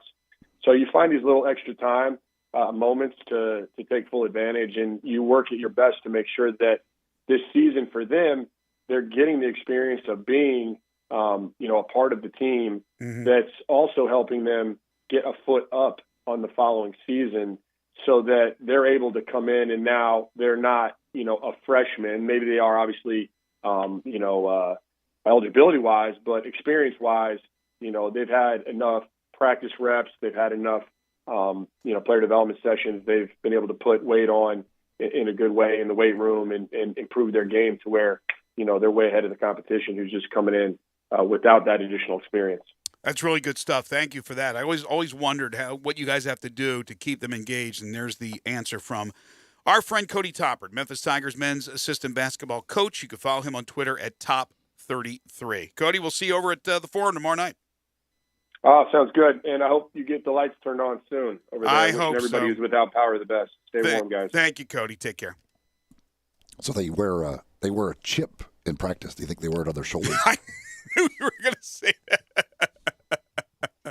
But everybody comes to practice every day with a chip on their shoulder. I mean, that's good for you. It's a fair question. You could feel like that you're forgotten, that you're doing all this grunt work, and it's what's the payoff? Do you think the payoff will be at this university? Can you stay with a smile on your face, keep happy, and knowing that it must be rough? You're used to playing big time at the level you just came from, and now you're on the outside looking in. And that'll be interesting to see with those type of guys, who decides that they've already put enough equity into this program that they want to stay and continue with this program. We got a text from George earlier asking about replacement games for the Tennessee and Alabama State games, where they were still going to try and do that. They don't have they don't have the ability to do that now because of the postponement of the Cincinnati game. That is filling this open spot on the schedule next week, so there just isn't any time to put another game on their schedule. Penny they don't have a place to do it. Yeah, exactly. But Penny didn't completely shut it down like Tom Brady yesterday, saying you never know. There's always the door's a little bit open. Penny said after the UCF game that the door's closing. I mean, they'd still like to, but he didn't say 100% it's not going to happen. We just don't believe it will from a timing standpoint. Black Tie Moving are the folks to help you. If you've got a move coming up, you need to give them a call. Sit down with them, talk about what your needs are, what your plans are, and what your budget is as well. They'll come up with a plan to fit all of that for you. 901-316-6196, the phone number. blacktiemoving.com/Memphis is the website. They've got an A+ rating with the Better Business Bureau. 5-star ratings all over the place online. When people use Black Tie Moving, they can't say enough great things about the experience they get with Black Tie Moving. They give you a no-obligation quote up front after they talk with you and come up with what your needs are. You get a moving concierge available to you 24/7 to answer any questions that you have as well. Whether it's across town, whether it's across country, moving home, moving your business, whatever it is. Give Black Tie Moving a call and take the stress out of the process. 901-316-6196 or go to blacktiemoving.com/Memphis. We have some Who tickets to give away, so when we come back, we got that for you. Who? The Who. They're coming to FedEx Forum in May. Also, I'll repeat it for those who missed it earlier, our 5 favorite things topic for tomorrow, and we have all the details of this C.J. McCollum trade. A trade between Portland and New Orleans. This is Sports 56 Mornings with Greg and Eli on Real Sports Talk, Sports 56 and 98.5 FM. Be sure to follow us at Sports 56 WHBQ on Twitter, Facebook, and YouTube to watch live video of our shows. Stay up to date with station events and have chances to win prizes from Sports 56 and 98.5 FM. Let me tell you about the coolest place you got to go check out. It is the Old Dominick Distillery, located right in the heart of downtown. Old Dominick offers full distillery tours, curated tastings, and craft cocktails. So whether you're stopping in for a refreshing drink while you're exploring downtown Memphis, or maybe you're finishing up a night out in style, the bar at Old Dominick Distillery offers up carefully crafted cocktails to suit everybody's taste in an elevated yet relaxed atmosphere. Pull up a stool at the bar and join Old Dominick mixologists for a cocktail made entirely with spirits produced under the watchful eye of master distiller Alex Castle. So whether you fancy an old-fashioned or maybe you want to try a flight of Old Dominick products, the expert mixologists at Old Dominick, they're ready to serve you. Visit OldDominick.com for bar hours, or maybe you want a 45-minute tour. Any way you look at it, you'll love Old Dominick. The NFL season all comes down to this: Super Bowl 56 with the Rams taking on the Bengals. To celebrate, FanDuel Sportsbook is hooking up all customers with a risk-free same-game parlay. New and existing customers can place any same-game parlay of 3 legs or more on the Super Bowl, and if you don't win, FanDuel will refund you. Already have an account? Just place your risk-free same-game parlay before the Super Bowl to qualify. New customers join today with promo code CASH to enjoy 56-1 odds on either team to win the Super Bowl. You can turn a $5 bet into $280 cash. FanDuel, an official sports betting partner of the NFL, must be 21 and older, present in Tennessee. Refund issued as non-withdrawable site credit that expires in 7 days. Max refund $5 unless otherwise specified. Restrictions apply. See terms at sportsbook.fanduel.com. Gambling problem? Call the Tennessee Red Line at 1-800-889-9789. Drivers who switch and save with Progressive save over $700 on average, and those savings add up. Imagine what you could buy in the future.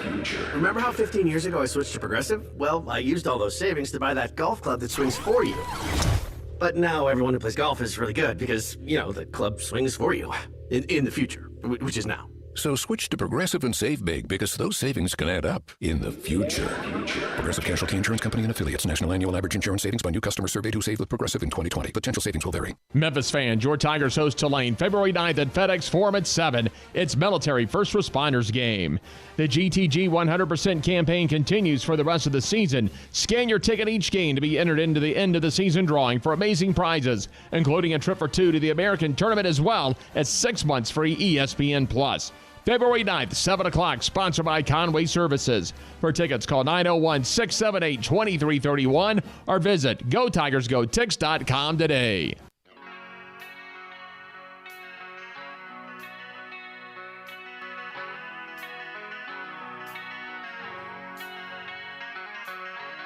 Now, back to Sports 56 Mornings. This hour is brought to you by Acura of Memphis. Here once again are Greg Gaston and Eli Savoy.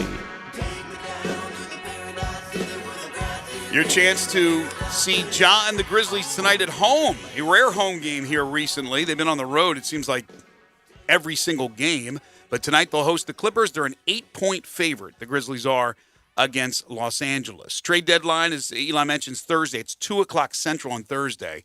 The trade that we talked about earlier that has gone down with C.J. McCollum, the mainstay of this trade.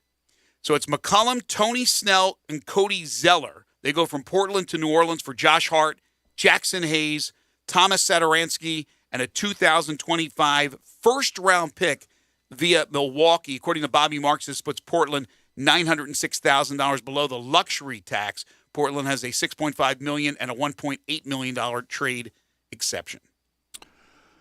Got to wonder what they're going to do with Damian Lillard. Can't imagine Damian's feeling real good about that roster right now. So what could they move Dame before Thursday's deadline? That'll be interesting to see where Portland goes from here. Watch him end up in Los Angeles. Maybe not now, but like eventually with the Lakers. The Lakers could not do a trade for him right now. I don't think they have the salaries to even with possibly Russell? make it work. Even with Russell? As a salary dump?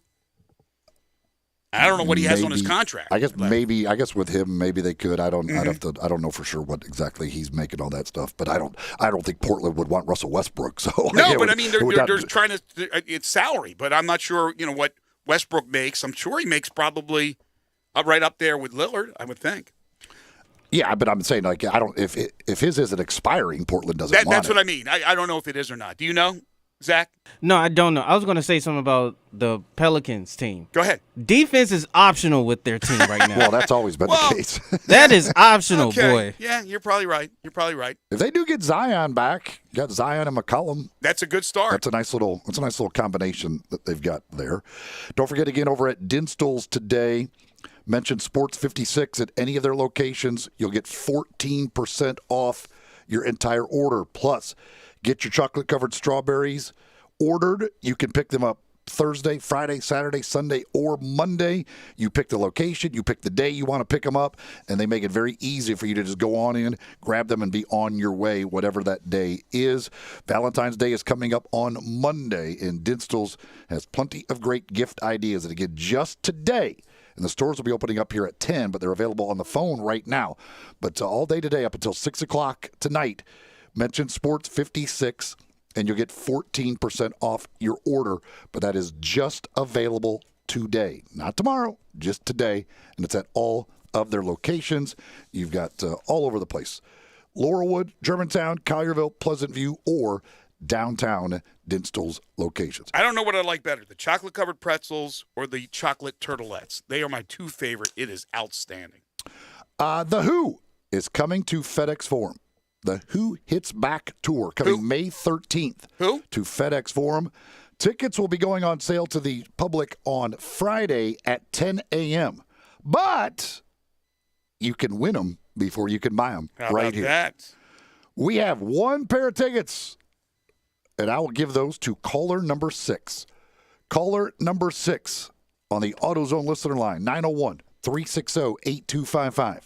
901-360-8255. Caller number 6, a pair of tickets to go see The Who coming May 13th to FedEx Forum. One of the great rock bands of all time will be here in town, and caller number 6 will have a pair of tickets to go see them. That would be tough for me if we did that as a topic. 5 favorite things, your 5 favorite Who songs. To narrow that down to 5. And this is probably a farewell tour, I would imagine. Pete Townsend, Roger Daltrey. It is going to be fantastic. Good luck with that. We're going to give away another pair each and every show this week, Sports 56 morning. So tomorrow, Wednesday, Thursday, and Friday. So stay tuned just in case you don't win today. Tomorrow, 5 favorite things topic. Entertainers. It doesn't even have to be entertainers. Famous people with one name. They're known by one name. Not an abbreviation. So I don't want J-Lo. Not a nickname. I want people known for just the one name. Pink would be an example. Madonna would be another example. So get your lists ready for tomorrow as we do 5 favorite things. brought to you by Bartlett Small Engine and East Memphis Ace Hardware. We do have our winner, by the way. It's been a very, very busy show. Tickets. That was quick. It's been a very, very busy show that will continue all week. We get ready for Super Bowl 56 on Sunday. We'll continue to talk Super Bowl as the week progresses. On your 5 favorite things here. I know it's going to be controversial here. Well, you keep saying I don't want nicknames. Like, don't give me... But then you say Pink. Pink isn't her name. She's known as Pink. I mean, she's But known... then I say people are known by nicknames. Some people are known by their nickname. Well, give me an example, and I would probably allow that. But don't say, like, the Hammer or Hammer for Hammer and Hank Aaron. He's known as Hank Aaron, something like that.